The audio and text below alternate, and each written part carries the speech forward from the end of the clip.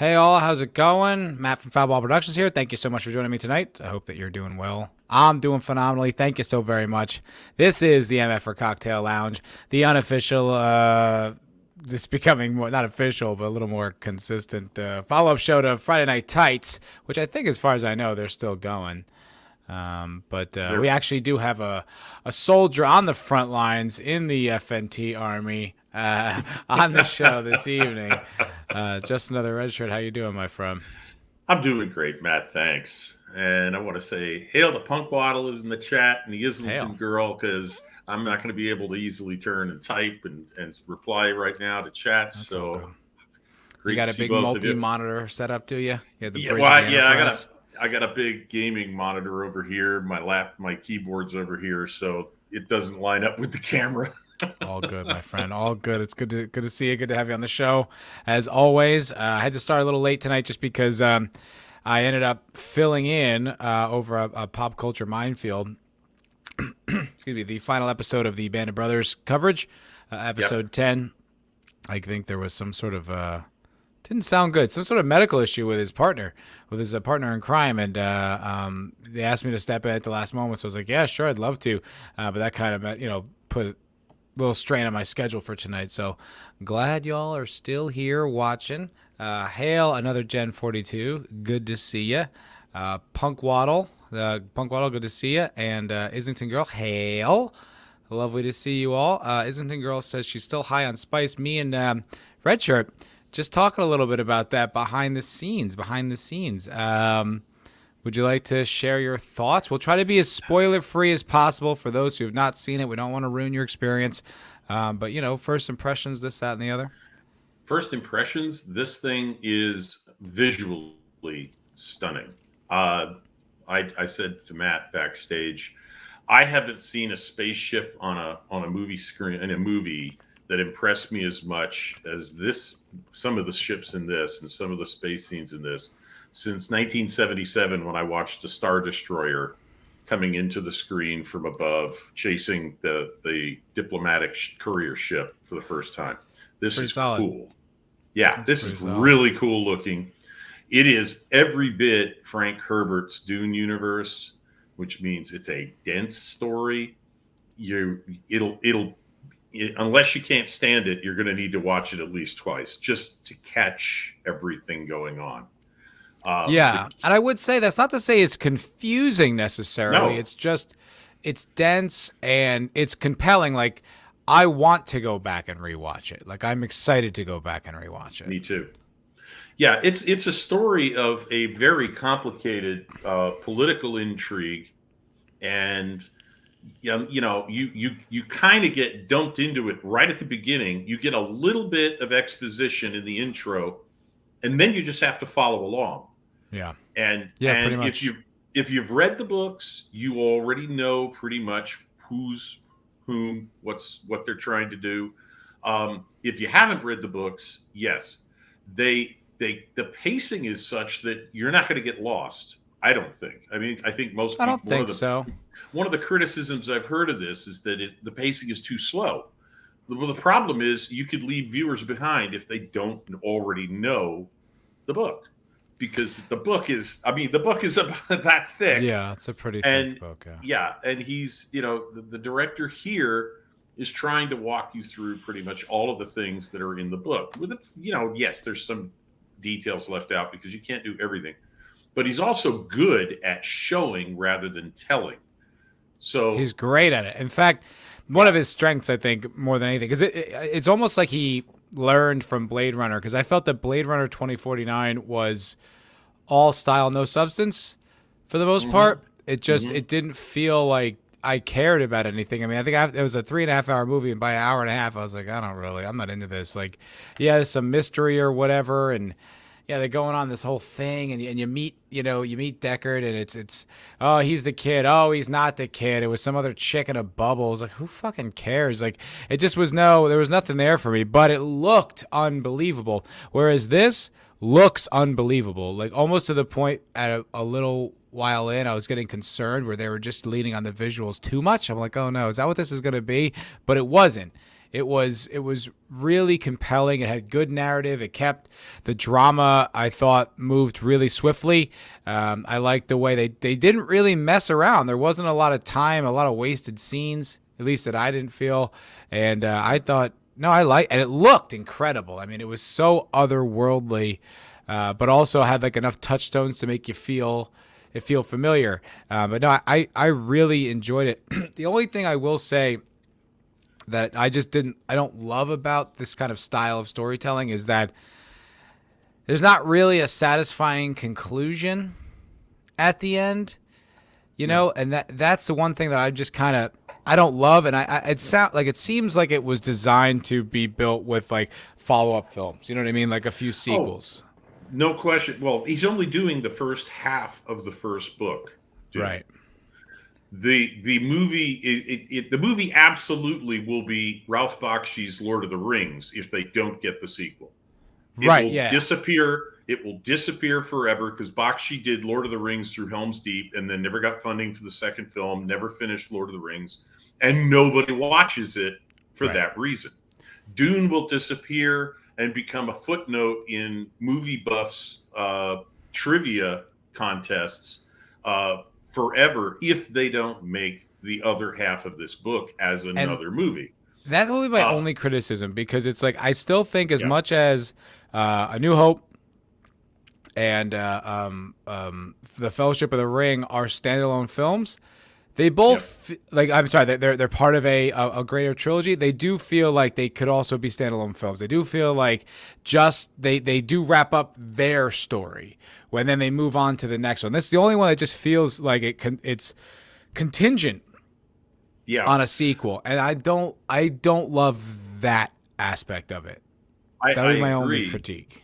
And I do know one thing about this, according to the director in an interview, in an article I saw today being talked about on YouTube. The director wanted to do this Peter Jackson style in that he wanted to film all of the movie, or all of both movies, in one go, and then edit 2 movies and release them separately over time. And he said, no, for a number of reasons, that wasn't feasible. We couldn't make that happen. So now they're hoping there'll be enough interest in this movie, and that I assume they are getting data from HBO Max to track how many people are watching it on the streaming service. Otherwise, they have no clue really how well the movie's doing, because it came out in the U.S. It came out on HBO Max the day before it came out in theaters. So I think the day after, wasn't it technically in theaters yesterday? I thought it was today, the 22nd, and yesterday it dropped at 6 p.m. on HBO Max, or 3 p.m. on HBO Max. Well, that was my impression. But the bottom line is it came out very close to the same time. Sure, exactly. So anybody who wanted to just say, nah, I'm not going to bother going to the theater, but I have HBO Max, so I'll watch it, could just go ahead and watch it, which is what I did last night. They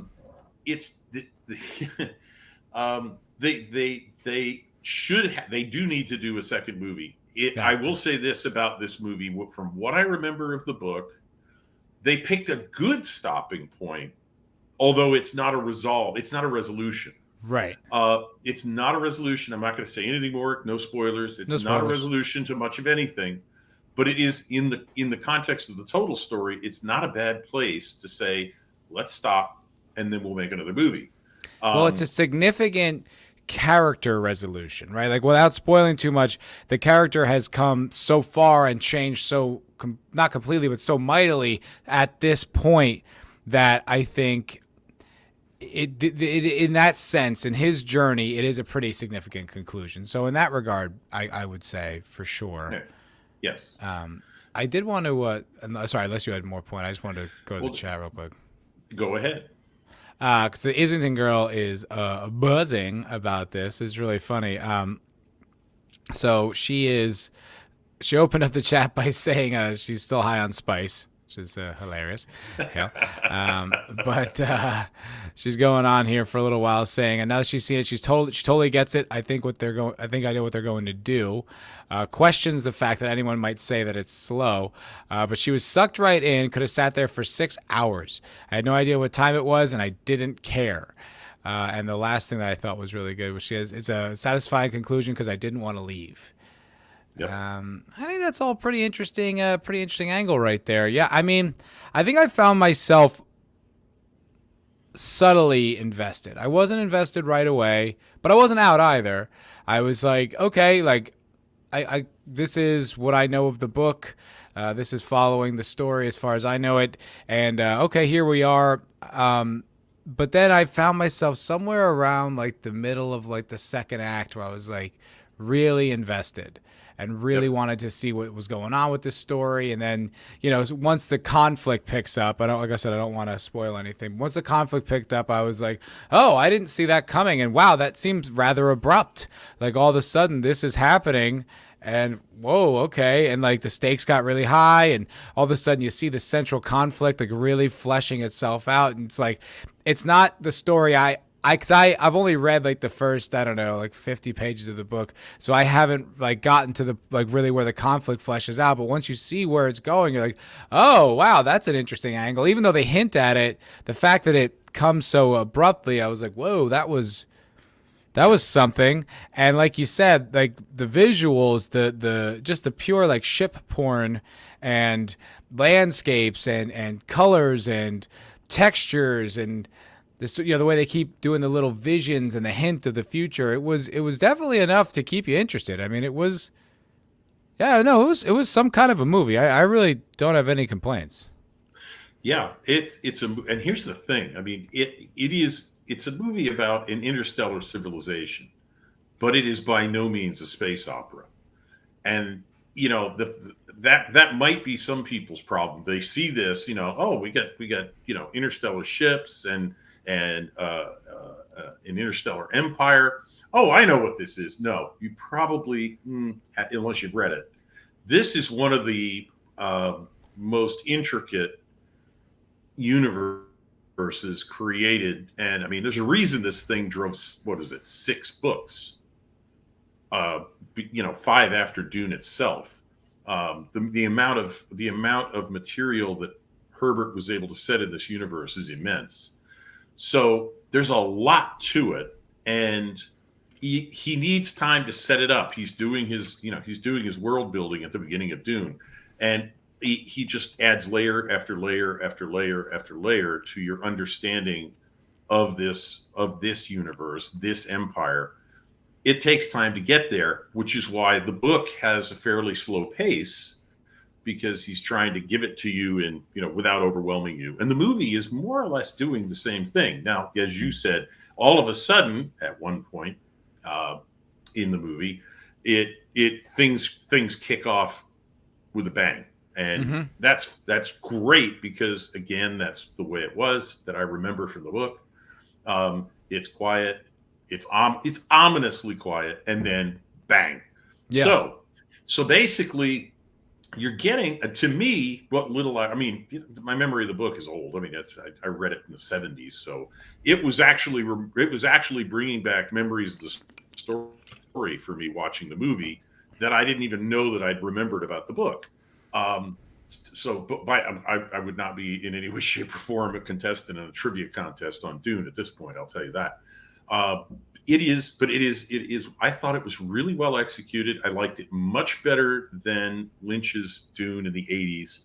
This is a movie that I intend to see at least twice, maybe more than twice. And Yeah, I'm definitely gonna watch it again. There's no question about that. I think it was interesting enough. Like, I'll probably watch it also to do a review on it, like professionally. But I mean, like, it was just good. Like, it was just simply a good movie. It was fun. It took me to a different world. I became invested in the stakes. There was, these fascinating like dragonfly helicopter things that I was like, what's that about? Like, those are, at first I was like kind of, I don't know. I didn't know how to feel about them. And then I was like, I think I really like these things. And, I'll say this, like any concerns I had going in, or any concerns one might have, for instance, is it woke? I didn't find it to be woke at all. I mean, the story is kind of, I don't want to say woke in nature, but it's kind of a typical story of an indigenous people being exploited for their natural resources. So in that sense, it's still going to kind of be in line with like the type of stuff they like to put out, but it didn't have any of the broken tropes of woke content, right? It didn't have like a Mary Sue, or it didn't have like any kind of character lecturing another character. Like everyone felt like real people. There's Yes. like this kind of witch thing with his mother and the what are they called, the The Bene Gesserit. Benny Gesserits. Yeah, and there's that, but it's just there. Like everything is just there. It didn't have any of the concerns one might have with modern media. At least I didn't feel. And I'll say the other things too, that I was a little concerned from the trailer, like when they make that one joke about Paul's muscle structure, and he like makes a joke like, "Hey, did you put on muscle?" And he's like, "Did I?" And he's like, "No," like that. I was like, "Oh no, are they gonna, are they gonna, go in that Marvel direction?" It's like almost the only joke in the entire movie is that But one moment. So it doesn't lean into the Marvel tropes. And I'll say this no. too, like while there's a lot of familiar faces, which kind of was a little annoying to me. I'm like, Mhm. Batista's in everything. You know what I mean? Like Right. all these, I just like it just feels like the same cast of characters in like almost everything I see, which is like they're good actors, but like how much of Josh Brolin do I need? How much of what's his name? Poe Dameron and all these guys were just like, all right, like it's the same group of people, but everyone is very able. Everyone plays their character well. No one feels out of place or unlikable or miscast. I think like the major concerns that you might have going in, I don't think I had any issues with any of them. No, and I just for context, that little joke, it is you don't get the context in the trailer, but in the movie you do. Makes Jason sense. Momoa is playing the Blade Master for House Atreides. He Hmm. is the one who trains all of their soldiers. He trains Paul, and he's been training Paul for most of Paul's life. So this is look at it another way. This is like Mr. Miyagi and Daniel in the Karate Kid. 100%. This is the Mr. Miyagi, and he's oh, did you put on some muscle? Did I? No, just No. that's just the little And why. it's an And to me it was, well, then why didn't you? Was the to me was the subtext for his trainer to tell him. It's also You an know, important way to establish a relationship with them, because later on, when the character is reintroduced with a more yeah, grand sort of introduction, you recognize that they have this history. So it's like the fact that they have this kind of camaraderie where they can rib each other, I think pays right. off later down the road in a good way. And then even more so when the stakes get higher. So it's like no, it actually completely worked. And that was one of the things I said watching the trailer. I was like, I don't know. Do I need Yeah, Marvel style jokes throughout this whole thing? But they're not there. They're really not. no, they're It's very not. bleak. Not bleak. I don't want to say bleak, but very just.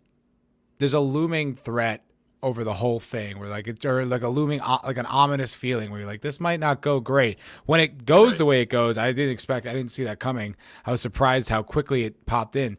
But no, I didn't. That didn't interrupt my enjoyment at all. And I actually genuinely liked Momoa. I thought he was good. Yeah, I thought he was too. So in general, I would say go see it, watch it on HBO Max, go to a theater and see it.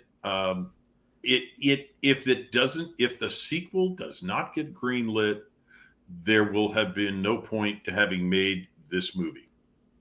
Yeah. And I know it was a passion project for the director who loved the story and really wanted to produce another interpretation on screen for Dune.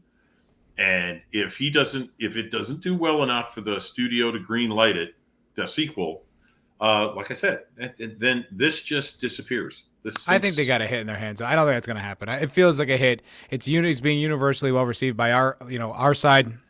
It did, Everyone and I've it heard did talk about well. it. Apparently, it did well internationally. It just didn't do tremendously well in the theaters on its first night in the theaters. What I'm really interested in seeing is what does it do over its first weekend? Yeah, You well, know, I'm does curious it about pick that too. up? Yeah, does it pick up on the Friday and the Saturday showings and that sort of thing? Because I mean, it opened up. You know, it Yeah, opened. I don't know, but if it sticks, the other one is going to be what's its second weekend. Yep. If its second weekend doesn't fall off a table, the numbers don't fall off the table, then they might be in good. They might well be in good shape, because then they could just keep grinding it out and get a consistent audience. Whereas, if it does what some of the more recent movies have done, where it did really well the first weekend, and then it had a 58% drop for the second weekend. Yeah.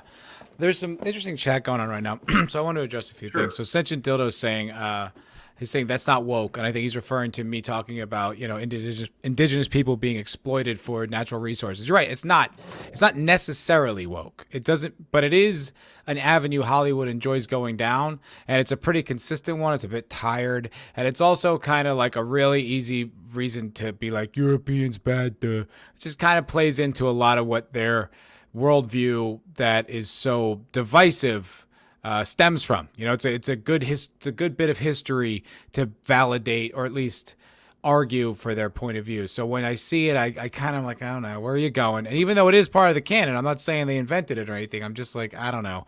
And Elvis saying people getting exploited for resources, how the world works, not woke. No matter what libtards say, exploitation will never see its end. It's everywhere, even in family, friendship, and always will be. And that is all 100% true. And I'm not denying that or trying to diminish it. It's just something that's like, yeah, okay. It's just, I'm oversensitive about a lot of this stuff. So when I see it, I'm like, all right, where are they going? And to that, Stovepipe Down Tube, Hale, says the Harkonnens, that's the sort of, I guess they're like they're the antagonists, are portrayed as pasty white, bald, toxically masculine, greedy, capitalist, imperialist. Is that not a woke trope? Now, like, once again, it's like, it is when it's used to lecture, when it's used to sort of restructure modern society, when when you're reframing the past, or you're critiquing a group, and this is why all this stuff. But it is a part of our actual history, so it's something that it's like we do. It's okay to tackle. It just depends on what angle you're going after it, I think. But I can kind of understand why someone might be a little.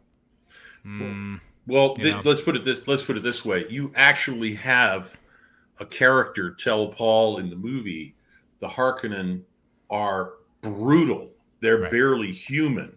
So if they're the exploiters, it's because they're brutal and they're barely human. They would exploit anybody if they saw a benefit to themselves in it. That isn't representative of humanity. That's only representative of House Harkonnen. So I would argue that that's not woke, because they're trying to establish them as the bad guys, the worst of the Empire. That's what they are. They're the worst of the Empire. House Atreides, therefore, comes off looking good by comparison.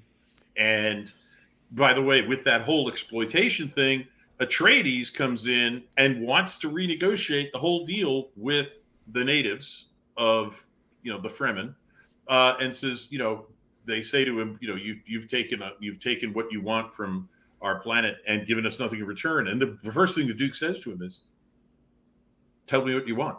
If it's within my power to grant it, I will. So he's trying to change the deal so that it's not so one-sided.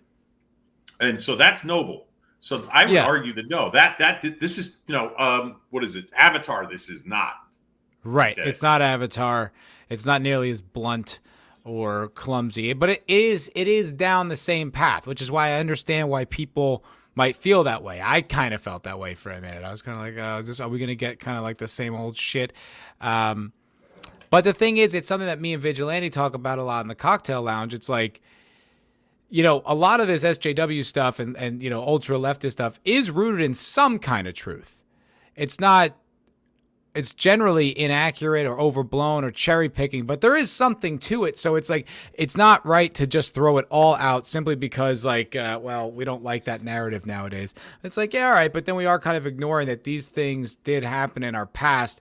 And to just because, they're propaganda machines, it's like, well, we can't, I don't know. I'm of two minds about it, because I'm like, all right, it is real, but I am sick of hearing about it. So it just kind of goes back and forth. But it's the nature of the story that the movie's based on. So what are you going to do? Right. And this book was Ascension this. Dildo says, sorry, he says, woke Go folk ahead. made your bum holes way too sensitive. Yeah, well, when everything you like gets commandeered and destroyed in the name of politics, you get a little punchy. You get a little sensitive about it, Ascension Dildo. But you're And, not wrong, but it's valid as and well. also keep in mind the first book that the book on which this movie's based was published in the mid 1960s, even before the Summer of Love was a thing. This so predates what we today call, leftist or woke politics in so many ways. It's a different story from a different era, and it's the fact that it still holds up and it can draw an audience today is, to me, impressive. It's a great story. It's by one of the grandmasters of science fiction, Frank Herbert. I rank him right up there with the likes of Robert Heinlein, Clifford Simak, Larry Niven. A So, little triggered. Go fuck yeah. yourself. Hey, he's not wrong, though. It's true. Yeah, yeah, but you can be. And yes, I'll admit, we're all pretty damn sensitive now. And we're looking for things. We're seeing ghosts, if you will. And Stovepipe, I don't agree with you, man. I think you're saying if we're desensitized by it, it's like, well, then this movie can't come out because that's the actual story of the book. You know what I mean? It's like you know what I mean? You understand? Like I get where you're coming from. I do, because I kind of feel it a little bit too. But I'm like, am I being irrational? Am I uncomfortable now with any negative depiction of a power exploiting people, because I'm so sick of hearing about it and it being just beaten over the head and all this stuff? Am I triggered? Yeah, I'm not sure. It's like I know how I react to it the second I see it. Or I'm like, ugh. Like I put out a video just today about the Oregon Trail. And I think it was Islington Girl who said on my Twitter, like, that the gameplay isn't like that. So it's like, whatever, get over it. But it's like, you just are so tired of social lecturing and social messaging that as soon as you see anything that kind of resembles what they say, yeah, you get a little punchy. You're like, oh boy, here we go. But even if that's the case, let's just assume it is, just for argument's sake. It's not. It's still a very enjoyable experience, and I didn't feel like I was being lectured. I didn't feel like I had to, check my privilege or anything like that. It just felt like this is the story in the book. This is the story they're telling, and I liked it a lot. I thought it was good. Here's what I would say. The exploitation here is not something that was added gratuitously, which they can use to beat the audience over the head. That exploitation is at the root of the conflict that drives the entire story. And the House Atreides is trying to find a way to reduce the level of conflict. And what happens to them and what happens to Paul, the son the son of the Duke, is where the story gets started. It's not the end of the story. It's not the moral of the story. It's the purpose behind the story. Mm-hmm. It's what Herbert created so that he could set up protagonists and have them be in conflict and tell the story about the conflict. And it's part of it. It's essential. I'm just sorry, Matt. Yeah. It's the fact is, we talk about how they've sacrificed the story for a message. This is not sacrificing anything for a message. This conflict and this exploitation is the story. Yeah, and that's what I want to address here with this guy saying. It's like, I definitely disagree with your conclusion. I'm too eager for positivity. I'm actually way too jaded. I went back and rewatched the Suicide Squad and found it much more enjoyable the second time, because the first time I was ready to hate it and just kind of saw it through rose-colored glasses, and you know what I mean. I just saw it from an angle that I was ready to just destroy. It's still an imperfect movie, but my problem is not that I'm too eager for positivity. I assure you, but it doesn't sound like you're accurate about your first point either. I don't hear anyone saying that this is unjust to the source material that it's based on. And like I said, I haven't read the whole book. I've only read a portion of it, but everything that I read is well represented in this book. Like the Gom Jabbar, the Bene Gesserits, the whole thing with the people, the what's not the emperor, the Mentat. The other. What's his name? The Duke. Oh, the Duke. Yes. Yeah, that's not the one. Whatever. It doesn't seem that to be the case at all. And Baron. trust me, dude. Baron, that's what. Baron but it's Harkonnen. like, yeah. But it's like if you think this source of media, Foulball Productions, is not sensitive to woke stuff, you're wrong. That's not the problem here. No. Trust me. No. We are not in any way suffering from Stockholm syndrome and starting to accept it, because no. But I could just tell you from everything I remember about the book this is the story. This is not a woke version of Dune. This is the way Herbert wrote the conflict and treat. The only thing. Oh, you're breaking up a little bit there, Red Shirt. Oops. Okay. The internet's giving me trouble today. Okay. It's that the Fremen here are. Oh. Good evening. A little bit. Hey, Hello, 70s. Hey, I think my presence has disrupted Red Shirt. He's now. Did you do a little mental? You're bad for my internet. Yeah. 70s. Sorry about that. That's all right. But it was just a little bit odd to me, is I don't remember in the book or the first movie thinking of the Fremen as Bedouins, Middle Eastern. Whereas here, there's a big feel of that. And now I admit it's a desert planet, and that's there's a lot of things that the tribes like the Bedouins did to learn to adapt to the desert and live in the desert. I just don't remember that being that on the nose. That's probably the biggest difference I saw. Sorry. Welcome, 70s. How you doing, brother? Good to have you. I'm good, my friend. First of all, have you seen the movie? Well, I have not, but I do intend to. Okay. And, I've been hearing a lot about it, and I haven't heard anything yet that's made me change my mind about intending to see it. We're trying to avoid spoilers as much as possible. We're trying to have, it's a complex conversation, but I'm going to do as much as I can to not specifically spoil any kind of turns or moments. I personally don't mind, because I have. Well, you're not the only one here. It's also the chat, okay? Don't think about yourself all the time. Well, come on. I am the most important thing in my life. That's true. So, it's not that. I was just going to say I have read. Much as I didn't like them, I've read the books. In fact, I've read them and attempted to read them again. No, and I'm a big science fiction book fan, as you know. You are. And Dune has never been my cup of English breakfast tea. I've just never enjoyed them. I found them really hard going. It's just one of these things, I don't doubt the wonderfulness of them. I'm not knocking them. It just wasn't for me. But I actually am really looking forward to this movie, because I think from what I've seen, it looks fantastic. We'll be looking at it as a movie, not as a woke spectacle. So, it'll be good. Maybe Human agrees with you. He says the Dune movie was boring, but this is a problem with the source material itself. I've been saying this for years. The problem with Dune is that it's Dune. It's a poorly structured story. I can't say that about the book because I haven't finished it, but I will say about the movie, I would argue there's some structural issues with the act structure.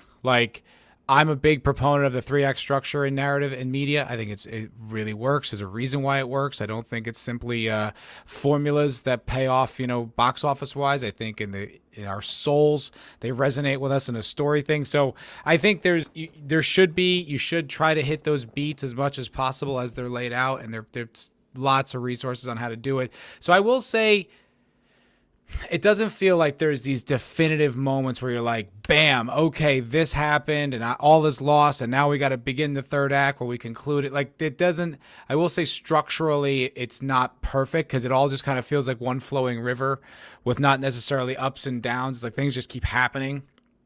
And that, I don't love that. I do think you should adhere to the 3-act structure as much as possible, unless you've got a really articulate reason as to why not. But I would say that would be my major criticism. But overall, I liked it. I thought it was fun to watch. I thought the visuals were remarkable, and it was enjoyable. I felt myself immersed in the story, and I was compelled, with the characters and what was going to happen. So, in this day and age, that's a huge win. Absolutely, and that's why I'm going to watch it. I mean, it's from a spectacle perspective, it looks fantastic. There's some amazing beards in it. I mean, you got to think it's the beard. It's a beard fest. I mean, the beard oil sales must be going through the roof right now, and that alone is probably worth watching it for. Yeah. Hey, Draco, what's going on, buddy? Not much. Coming in to talk about a little bit of Dune. Right on. What'd you think? Arrakis, Dune, the desert planet. I was entertained. I think you're going to hear probably a lot of the same things in the pros column. It visually, it is excellent. The thing is that I think you're going to. I mentioned this to a few other people. In fact, Red Shirt was one of them. Is that I don't think this is going to grab a lot of people, but I think I think you're going to have a certain few who are going to be satisfied. The geeks are going to have issues with this thing and that thing, just like they did with the Lord of the Rings. But this, I think, would be harder to reach a general audience. And then I think, I see several issues with it. I think that at least as far as adapting the original work, and it's been a while since I went through the book. I was going to go through the whole book, and I was going to go through an audio book to refresh myself. Sure. The thing is that at least as far as if I compare them based on everything that I remember, because I've gone through the entire Dune catalog, this seems to me, on the whole, to be closest to the original material, at least in everything that it covers. But they made their own decisions about what they were going to focus on and what they were going to throw away. Right on. Well, hey, Comics, what's going on, buddy? Hey, how you doing? Good to see you. Thanks for joining us tonight. Yeah, no problem, man. Thanks for having me. Of course. I would like to echo what was being said on Comics' stream last night, and it was very pleasurable to watch people talking about a movie and arguing over the merits of a soundtrack, as opposed to how woke it was and how off-putting that was. So yeah, I know. So that alone is to actually refreshing. watch a movie that was actually good, and not just a woke piece of garbage. yeah. And let's get back to arguing about whether the actor was right or the soundtrack was good or not, or whether they missed a bit from the book or not. That's so refreshing. What did you think, Comics? I didn't. Oh, sorry. Go ahead, Comics. And then I want to make a point that from that comment you just highlighted, Matt. I thought the movie was great. I really enjoyed it. I'm not a Dune diehard. I never read the books. I did see the movies. I saw the TV movies on Sci-Fi. I've known quite a few people who are really invested in the source material, so I have like a vague idea. But I thought they really captured the aesthetic of Dune. The story was very good. It was very visually appealing. I thought the acting was pretty decent.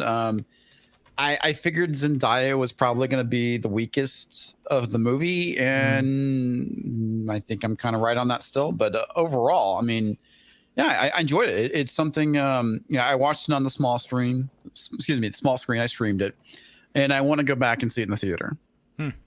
I respect that. Yeah, I could see it. There's certain sequences. I mean, some of them are from the trailer, but a lot of them, especially with like the big sandworms, are so visually remarkable. I think it would really pay off if you were there, like in the theater with all the sound or surround sound, and really experiencing it like that. Yeah, I agree. I think the other thing too is George kind of pointed out where I was talking about was Zendaya. I think she's overrated, and she looks like a 12-year-old. She's one of these ones. I was saying this to Redshirt earlier. She feels like one of these actresses that I'm just like, why? Like, what is I don't understand. Like, how did she become like the star who's in everything? I'm like, I don't get her. What's her appeal? Where did she come from? Why is she a star? I don't get it. Well, there's a whole machine behind that process, so isn't there? I was about to say the same thing. Something that she is, I think, artificially propped up because she has a mix of desired traits, and therefore semi-attractive, multi-ethnic, not specific. Nah. And was she a Disney actor? I mean, where did she get her start?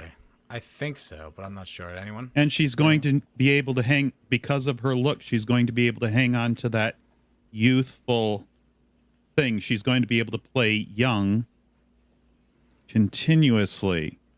And there is a certain demographic, especially for women, that is beneficial to roles in big Hollywood. Yeah, and Pattis is right. She checks boxes. She checks boxes. That's exactly the reason why I think she's being pushed. And she's very much one of these like Disney performers, like Selena Gomez. She was on the Disney Channel sitcom Shake It Up, I guess, when she was a kid. She came and went real fast. She's actually on a show right now, and it's funny. I was thinking of mentioning this show. This is the Only Murders in the Building. Steve Martin, Martin Short, Selena Gomez. Yep. It's actually quite a neat little show. I think it's on Hulu. It's a little murder mystery thing, and it's quite funny. It's nice, and she's okay in it. She's fairly one note. That's her problem. Her style is one note. Yeah. Well, she's pretty one note in this too. But in her defense, it doesn't really ask her to be much more. I mean, she's really only in a collected series of flashbacks and is actually in the movie timeline proper for like 7 collected minutes. So it's not really not much you could ask. This is Zendaya. Yeah, not Selena. Selena Gomez isn't in Dune. Oh, I'm sorry, I misunderstood. No. Selena Gomez is on this Hulu show with Steve Martin and Martin Short. Yeah. Oh, I see. Funnily enough, Sting's in it too. So there's the Dune connection. There you go. 6 Degrees of David Lynch. Yes. So No Void, you highlighted No Void's comment, Matt. He argues this movie's on a higher level. Most sci-fi, it kind of takes more to follow than just walking in blind. That's probably the biggest reason that why some normies would avoid this or wouldn't like it. But I would argue that Asimov's foundation is at least as cerebral and complex and even less action oriented than this story is, and they're trying to turn that into a television series, and I think that's going to die. I've heard it's pretty bad. Yeah, so I have to give the director Villeneuve credit for taking a dense story that you really do have to pay attention to. If you're reading the book, it's a bit of a slog. Most people I mean that's the thing. That's a dense book. I mean, having never read it, I've had friends that showed me the book, and I mean this is just even the paperback it's huge. Yeah, makes a wonderful doorstop. Yeah, yes, it does. Or a paperweight for in the middle of a hurricane. But it's the thing is that I think the thing that's going to draw people in is the visuals. So it's sort of like come for the visuals, stay to understand for the story. Yeah. Yes. And I mean, for the most part, and I completely have to agree with Gary on this one. It was easy to digest. Yeah. For people that aren't like super 100% familiar with the source material, I have a vague idea about the whole thing with Paul and his destiny and whatnot. That's really it. I know that the spice navigators the navigators, they use spice to navigate. I know that the reason why they don't use computers is because they have like a Terminator type uprising. AIs are illegal or something. Yeah, like AIs are illegal. Computers are illegal. And computers I are know illegal. that they have make a machine in the image of a human mind is the line. Yeah. And I know that there's an order of nuns called the Bene Gesserit that have the superpower of the voice, and that's really about it. I still don't understand the whole thing. No projectile weapons. That I don't get. Like it's because of the shields. Right, yes. But still, I don't buy it. Like I'm like, yeah, okay. I know that's his world building and all that. I think it's kind of neat. I mean, I really liked watching it because there's a bit of even though it's science fiction, I guess they would classify this as being lo-fi to a degree. Because it's I wouldn't say it's more grounded, but it's kind of antiquated. Even though it's science fiction and it's set way in the future, and they have faster than light travel, it's still very kind of antiquated. It's leaning towards more of a fantasy element with less of a high tech. I think there's not so much high tech in it because of the reasons that have been outlined. And to me, it always felt like there was a little bit of a fantasy, mystical, very much a mystical element to it, rather than a technology thing from a sci-fi perspective.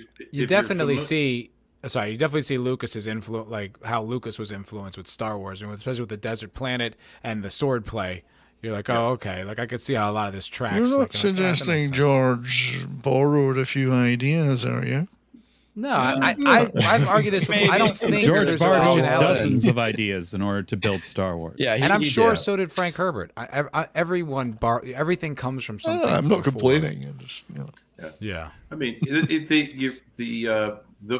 when you say that about the technology here, it reminds me of the Pern novels with the fire-breathing dragons and the thread and all of that. The Dragon Riders. Anne McCaffrey was the author. And it turns out if you read those books long enough, you find out why this is a pre-technological civilization on another planet. You figure out how they got there and what caused them to lose their technology and all of that. In this one, they've made a conscious decision to abandon certain technologies because of the uprising, because of the problems they've had. And it's entirely pragmatic. Herbert created it. He set it up as a rule of his universe, and then he writes around it. He writes within it. I have That's a good question science about fiction. That's good science fiction. Yeah, absolutely.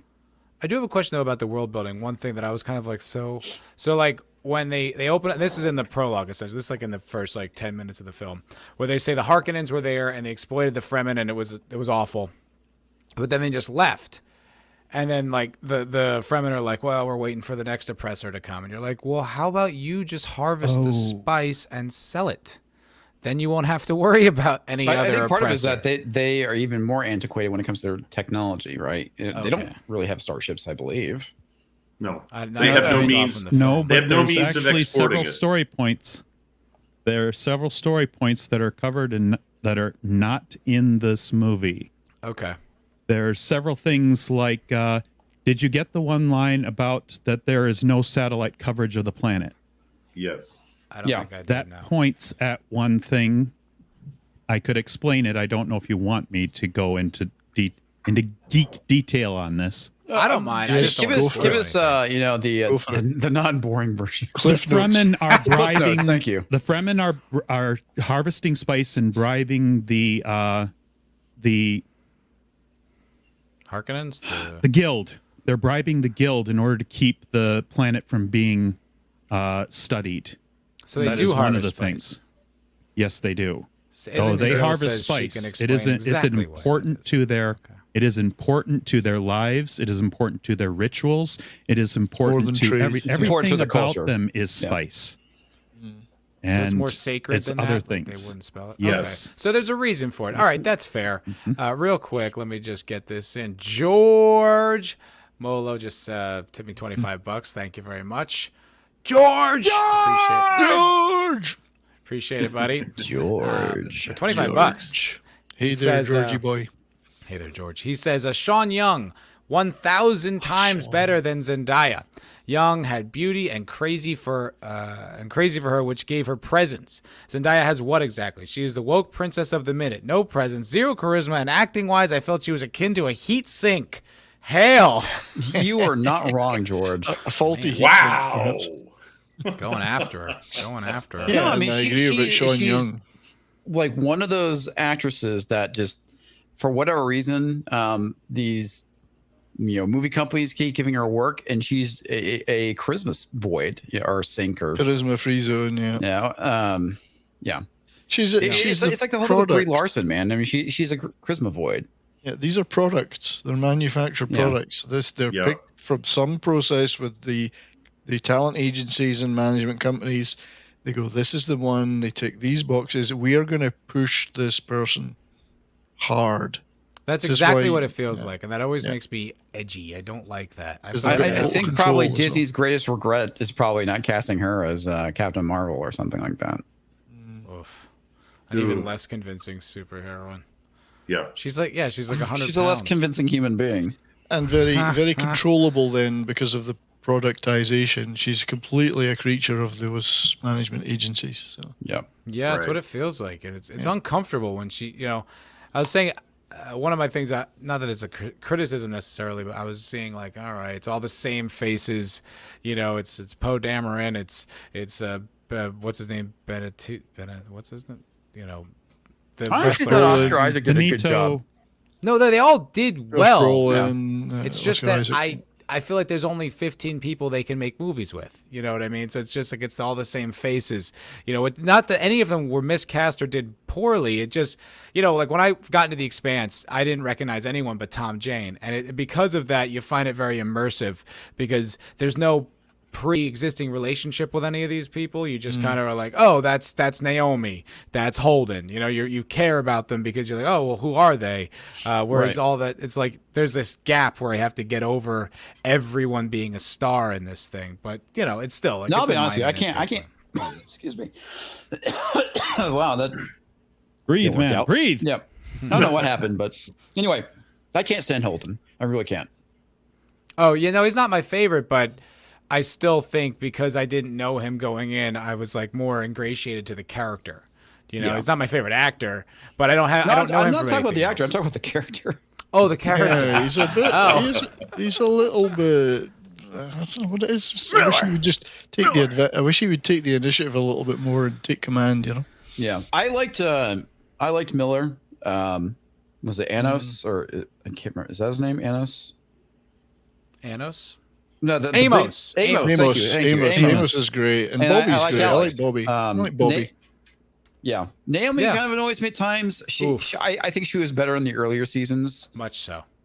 She had moments in the earlier seasons, yes. Yeah, ever since they picked her up for Amazon, she has kind of gotten a bit annoying. She feels like a social justice warrior. Like I can't put my finger on it, but it's just something it's about the her. haircut for starters. That's a big I part. must admit, her accent really annoys me, but that's just a personal thing.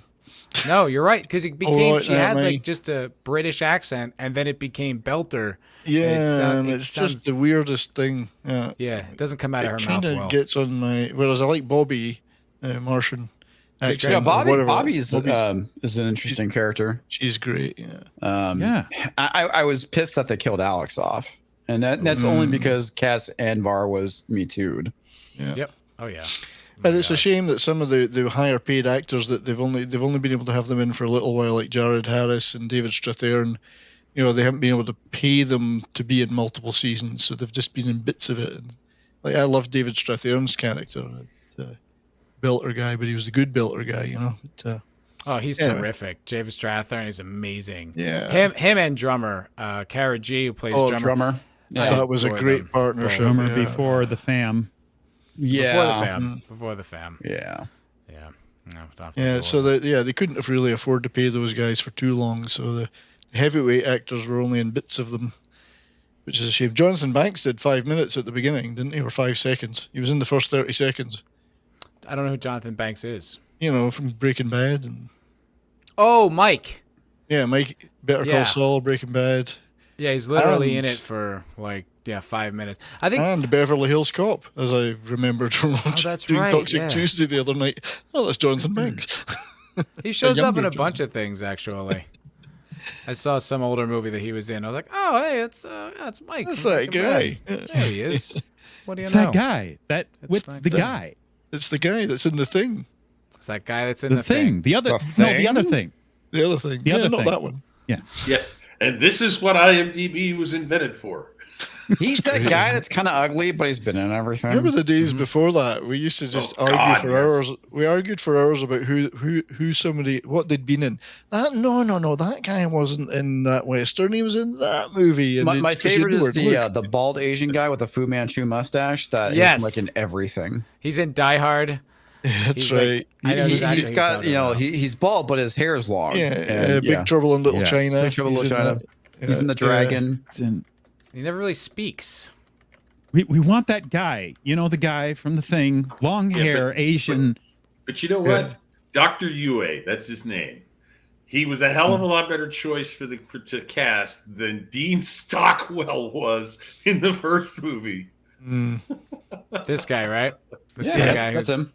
The Yeah. bad guy is just That's always the like, guy. He's like Yeah. generic bad guy and everything. He's like how Danny Trejo was for a while. Yeah, yeah. But it's such yeah, good Danny work Trejo. for these guys. They're never short of work. No, it's true. They're about 10, 12 movies a year you'll see them in, or TV shows. They're picking up a good little wage, and they don't have to worry about walking down the street because they're not superstars. It's a pretty cool job too. It's To just a be like the nice heavy all the spot time. to be in. Yeah. Yeah, be the bad guy. Maybe Human says the Expanse started strong, but they will fumble the ending just like Game of Thrones. They have one season left to finish the story. They haven't progressed since season 2. Yeah. 6 episodes. I'd just agree like with that. Game of Thrones. They've just kind of The gone like finish. this. They've refused to go forward in the direction you want them to go. I thought season 3 was quite good. I really like season 3. I like the way they wrap it up. I like where you get the whole Miller story concludes. You get the what the ring gate is. You get why the protomolecule even existed.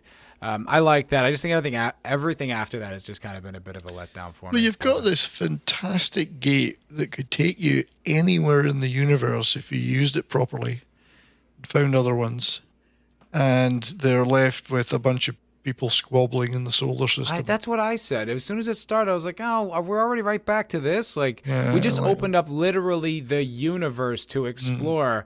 And it's like, oh, the Belters are mad. And the Inners aren't. It's like, God, we just, come on. Everything's supposed to be I different don't know if that's what the now. books are not. I've never read them. I booked Tom's here. He'll books tell as us. far as I Tom will got. tell I us. haven't read everything, but I know that the books have a much more opened up world that they should already be in. Yeah, that's what I thought. Hello, Thomas. Thomas. How are you, buddy? Hey, Tom. My pretzels are married. Aw. There you go. Sweet. Pretzels They look married, very Tom. same pretzel-y to me. Is that Welcome. same pretzel marriage? I like that. I think that's No. adorable. What am I answering now? They die together. What am I answering? Hey, you know what? Tom's mouth. Tom, you're here early enough that we haven't gotten into any sort of intense political debate, so we can still to talk start. pop culture. Yeah. How you doing, bud? We were just praising the Dune soundtrack as possibly the best thing we've heard since Lawrence of You can Arabia. go kiss my ass on that one. Oh, I'm crawling under Just the kidding. table now. You might miss and kill me. Trigger! That wasn't the Trigger. same person who did the Wonder Woman soundtrack for Justice League, because there is some Wonder crossover Woman. there. Stop laughing out loud. There's some of that, like singing. Well, I actually like the music, and I think it was actually a What good music? Shut up, Tom. It's called a sound. Your It's opinion called, doesn't count here. it's Tom. called a soundtrack, Tom, not a music There ain't no track. fucking music in that shit. It doesn't have to have music in it. It just has to have It was just- sound. Where's your sense of culture, Tom? I mean, Where's your experimental side? It worked all right in the movie, but it's not the It kind of felt soundtrack thin. you can listen No, to. yeah, I mean, it works No, fine. it's It's fine in the not. movie, but The it's- trick is the next Mead Radio, we all go on and we pay $50, keep paying $50 to get them to play bits from that soundtrack. Sure. I'm gonna have to introduce Tom to Dead Can I only got to Dance. buy it once. True, Yeah, well, $5 I'll say then. this. I'll say $5. this. A John Canadian. Williams score, it's not. But to me, it didn't detract from the movie. I thought it worked. I liked it. It didn't bother me at all. Yeah, it didn't bother me. I don't think it detracted from the movie. I didn't, when the movie ended, I wasn't humming any part of the soundtrack like I did with Star That's Wars. the important part. Bozo You thinks had that. no I think themes. the Where was main your thing is theme? it's a totally Right. different feel, right? I mean, it's Star I Wars was is its own thing, desperately and missing I don't like Toto's prophecy theme. what's that? I was desperately missing Toto's prophecy theme from *84. It's been such a long Yes, time. I agree. I don't remember that much. And I then mean, you I remember segued into that was Africa. that was my first introduction was the David Lynch one. I was just like, what is this? I didn't get it at all. Yeah. And my impression was kind of sullied for Dune. I was like, I this is still Spice must remember. flow. I remember enjoying it at the time. I remember The enjoying spice it. must flow. I I just remember there's this one musician, and he's unfortunately gone now, named Eon, and he used a lot of samples from the '84 movie. I mean, that's cool. I'm sure out of context it's cool. I mean, I don't even remember if the movie. I just remember feeling weird about the movie, like just kind of being like, "What is this?" Well, it's David Lynch. I mean, Yeah. not feeling weird walking out of a David Lynch movie. There's something wrong with you. True. He's a strange cat. Unless you walked out of the straight story and then you'd think there was something wrong with this movie because it wasn't weird. That's the only one. Blue Velvet wasn't very weird. That was pretty straightforward. Oh, I don't know. Oh, Blue it was Velvet's okay. pretty weird. Come on, Dan From a Soper. narrative structure, it was. Well, I guess at least it was straightforward. At least it was telling you this happened and then this followed it. You know what I mean? Instead of like There was no Mulholland Drive, where you're like, There was no dancing read a book. gnomes or people walking backwards with their hair on fire or whatever. Tom, what did you think of Dune overall? I haven't heard your impressions. I actually loved it. Loved it.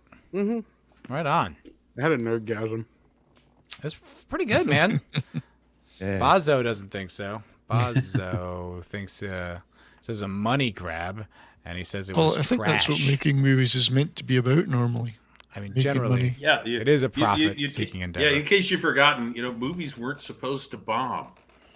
Well, For a long time, that was the objective. They weren't going to bomb; they were going to make money. Trying They're to going to grab make money. I'm kind of curious though, and this isn't anything directed at anybody. I'm wondering if the Marvel stands are going to hate Dune for Why would whatever they? reason. Just I don't know. I'm It's curious. entertaining. I don't know. Like, Oh my Yeah, god, but- it's an entertaining movie. That's not Marvel. It must be a piece of shit. Well, there is a divide here because there's a lot of comic book and Marvel fans, and then there are those of us who are more on the science fiction side of the nerd divide. Well, I mean, I So like there may both, be a man. I mean, division there. There may be a division. There might.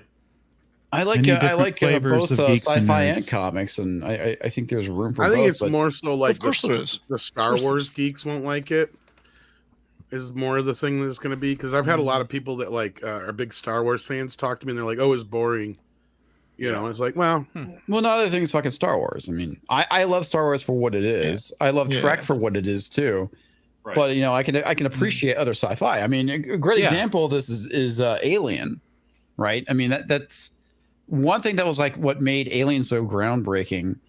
At the time was the fact that it didn't portray the future as being lily white. sure.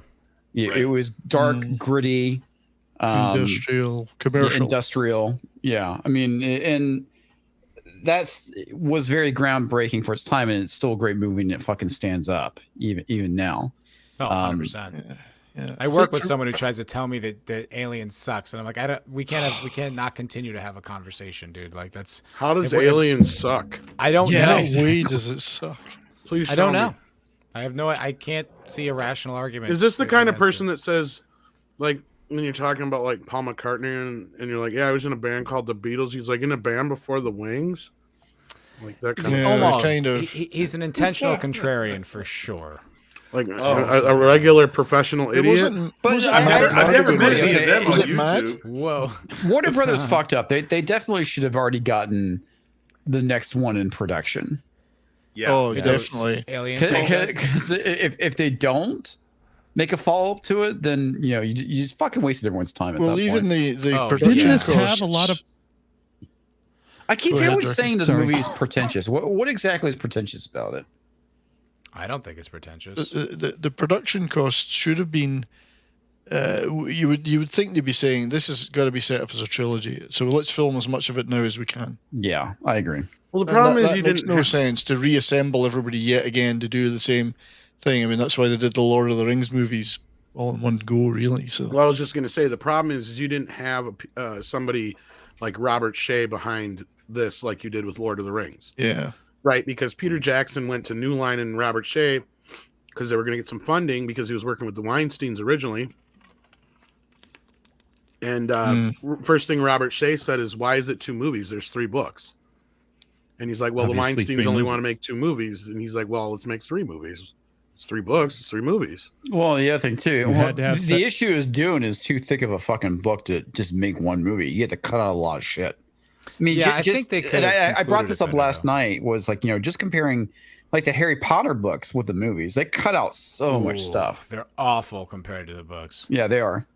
Oof. I remember I stupidly, as I was still a kid, but I stupidly reread the first book before I went and saw the first movie, and I was so disappointed sitting there. I was like, "Oh my god, you cut out so much. This isn't like that. Why'd you do this?" It's like it's not a good way to go into a movie. Well, I get why they do it, right? Because I mean, you'd have like a fucking 8-hour movie or something. 8-hour movie, yeah, Right. something to that effect. 30-hour movie. I don't know. Yeah, I mean, you can't do that. But Dune is a movie that would probably be like a month long if they actually properly adapted it. it's Not true. so much- I will yeah. say I wish there was a bit more resolution in this movie because it just ends on like, okay, chapter 1's done. You're like, all right. I mean, okay, and that's like it didn't bother Well, me. I mean, but there it's just, is a kind of resolution because he wins the fight and leaves with the Fremen. right. And Spoiler alert, but yes, that did happen. oh my god, I'm spoiling a 60-year-old book. That's right. How dare you? How dare I? But yeah, no, but I mean, it's not. It's like spoiling Titanic. The ship goes down at the end. Yeah, but I mean, Jerk. like at least I don't know, like even Fellowship of the Ring. I mean, I guess it's contingent on the follow up, but it does feel like it's over. This story, I don't know, maybe not. I don't know. I just felt like okay, Fellowship leaves you hanging pretty No, well. it does leave you with a lot. Yeah. hanging. But they Yeah, I but they guess it had does, everything yeah. lined up though. That's They true. were dead You set knew on it making was all coming three. exactly. Well- With Dune, we're like, do we get another movie? Exactly. point. We don't know. With And all they- the and- positive but- color that was coming out, they should have been saying they're definitely, at least we are definitely in discussions to go into the production on the next one, or just say it. Right. Because That's kind of now what they've been we're- saying we're already. Wide open. Yeah, it is. Tom, I think Had- you were. I think it was on Midnight's Edge this morning. Where there was an article that you were discussing. I think it was your stream, an Andre stream, where the director basically said, "Well, I wanted to do it sort of a la the Lord of the Rings, film everything at one time, and then edit 2 movies out of it and release them on a schedule. But for a number of reasons, that didn't happen." But that was the goal, and I wish they had done that because then they could at least announce, yes, the whole movie has been filmed. We just need to edit the second half and release it later, the way Jackson did Lord of the Rings, where he took the entire cast and crew down to New Zealand. He filmed 3 movies in one go, and then proceeded to produce. Well, by the time they 3 probably movies. end up filming the next movie, the kid that plays Paul is going to look older. Well, that's part of not- the thing too. Is there is a big time jump in the book, or not a big, but a couple year time jump or something like that. Yes. And I think they are trying to give Timothy some time, may but he doesn't reach- look like he's bulking up too goddamn Yeah, much. he'll reach puberty by the time they film the next one. Maybe. Yeah. He might even I have to thought, shave. I thought he did fine. I did actually too. thought he did Oh, no, a I- decent job. And I was very honestly- critical of him in the trailer. There was nobody in this cast really that I had an issue with. The only one that I said was like, if you're gonna change Leah Kynes like that, you got to put somebody in there with a little bit more gravitas. Because I have no idea who this chick is, and she was serviceable, but like what? Why didn't you get somebody like Angela Bassett or somebody like that if you're gonna do that, right? Like somebody when they come in the room, they're important, right? Like because that's what Max von Sydow in the original film, that's why he comes in the room. You don't need a big explanation as to who he is, right? Like you kind of get the idea, and he's an important actor, so you're paying attention to him. He has a lot to do with the story, even though he's not there much. Same thing with this lady; she just kind of in and out. But like if you'd have put somebody in there who was somebody with some gravitas, like I would have really paid a bit more attention to her, because otherwise she's just kind of there. I Wait, didn't what have any character are you talking Leah about? Kynes, the one they race and Yeah, gender swap. Sharon The Duncan black Brewster was the woman actress. who I led thought, them I into thought the she desert. was fine. She was Ah. fine. She was serviceable, but just imagine if they had like an actress who was just a little bit more, of a veteran, right? Like I somebody thought where she was pretty solid. I don't know. I no, didn't no, follow again, her. and that's like this is my thing. Is like I have nitpicky complaints about the movie because I really can't find anything to hate about it I'll like, say this about outside the of the fact that score, or lack thereof. in modern Hollywood, I mean, because this guy, I don't know the whole story, but this guy's like, it looks like he's being built up to be the savior of these people.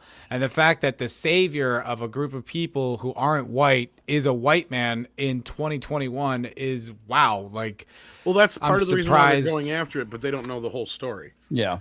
I'm just surprised, like her, like when she's like dressing him in that suit, and then says something about the prophecy, like under her breath or whatever. I was like, that was interesting from a storytelling point of view, but from a sociological point of view, you're like, oh wow, like they're letting that moment happen, which is just You contrary kind to of what have to. I mean, Yeah. that's Well, the fucking yeah, story but I of mean- Dune.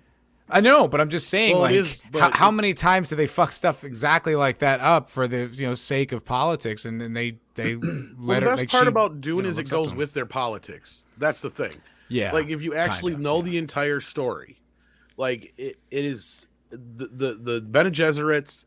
They're basically running everything behind the scenes, right? Like they're doing all the puppet mastering behind the scenes. So they're really the ones who are controlling the universe.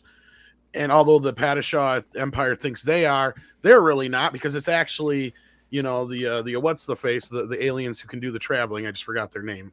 The ones I that don't have know any of vagina that. The mouths Guild. in the guild. I don't know. Any You of have the that. Guild, you have the Chom, and you have the Bene Gesserit. I thought the guild wasn't aliens though. They were merely just transformed by the spice. Because the more they take it, the Yes, more they're inhuman. Technically, humans yes, but they look like mutated by spice. but they like in the Lynch movie, they were those big fucking whale looking things with the vagina mouths. They were I originally thought- human. Yeah. For why my understanding is that the sci-fi movie or the sci-fi TV movie series actually portrayed them more accurately as the Probably. as the But the navigators. point I was going to get to is like, yeah, so here's like the whole point of the story was Jessica, as seen in the movie, and it is in the book, was supposed to only have daughters, not a son. But she was the concubine of Duke Atreides, and she loved him so much, and he wanted a son. She gave him a son. But that went against what the Bene Gesserit wanted, right? So they had the ability to control what gender or sex Yes, They of the can child choose is. the Yes. sex of their child. Yes, the Bene That Gesserit is can. part of their superpowers. They have bodily control to such a degree that they can control the sex of their child. They can control things about them that are. I mean, one of the things that they do is this. They do this ritual with this spice. The spice is a certain variety of the spice that is extracted from the worms is a poison. And in order to create this extremely high concentration version of it, it is changed by a Reverend Mother, by one of the Bene Gesserit, so that they can use it as essentially a narcotic. Yeah, and then isn't this the same But stuff they only a shoot up? Bene Gesserit can do this. Yeah, and this is the stuff they'll shoot Paul up with in the next movie. But like the thing with Paul is, and they, because see, the Bene Gesserit for generations have been planting this seed across the galaxy about the Kwisatz Haderach, who will come and free, the people of Dune, and she's like basically telling her in this movie, like, you better fucking be right, because this is not the way the plan was supposed to go. And basically that's what we're going to see play out. And what Paul is kind of a warning signal to following very charismatic leaders, and what things could happen if Because he starts going down like a darker path, doesn't yes he? he does. Like that's the whole thing, Yes, is he that does. they're going to sit there and he's more like an Anakin Skywalker figure in a lot of ways. Really? So he's not the Jesus of Dune? No, No, he's not. no. No, oh no. That's a really good. Oddly misdirect, enough, 'cause I thought believe that's it's more like the nephew of one of the bad guys, is or something like that. For I've been so long since I've huge caught up with the He spoilers. is story, the but- grandson. Oh, the, There's a I grandson. thought it was do one we of want to his get in kids, this? We but- can drop it all. Might as well. There's Fuck so it. many Everybody things knows you it's been don't out know. there. I didn't. He's know. the But that's the grandson basic of outline Baron of Dune, Vladimir yeah. Harkonnen. Yeah.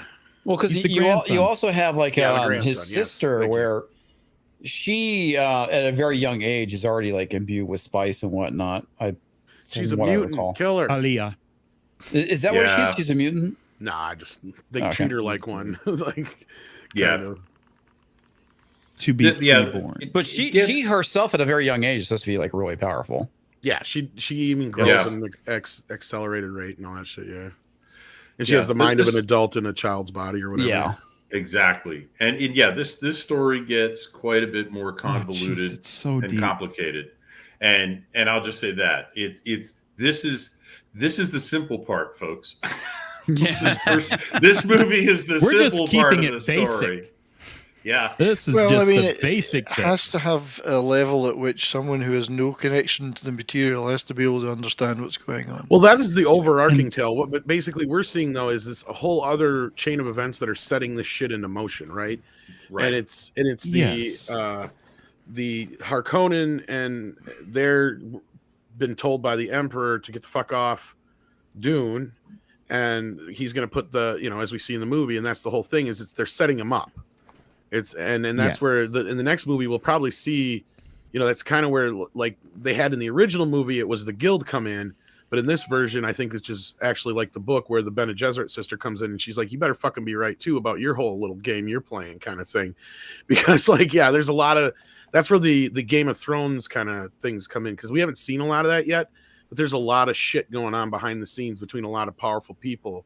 And that's where they keep asking the question is who's behind all this and shit like that. Right. And like Baron Harkonnen everybody's involved because everybody's hands are dirty. The guild has to be involved because you can't move all of your ships of war in between planets without the guild knowing about it. It's one of those big political things. They're involved in all of it. And they're involved in everything because that's how ships get around.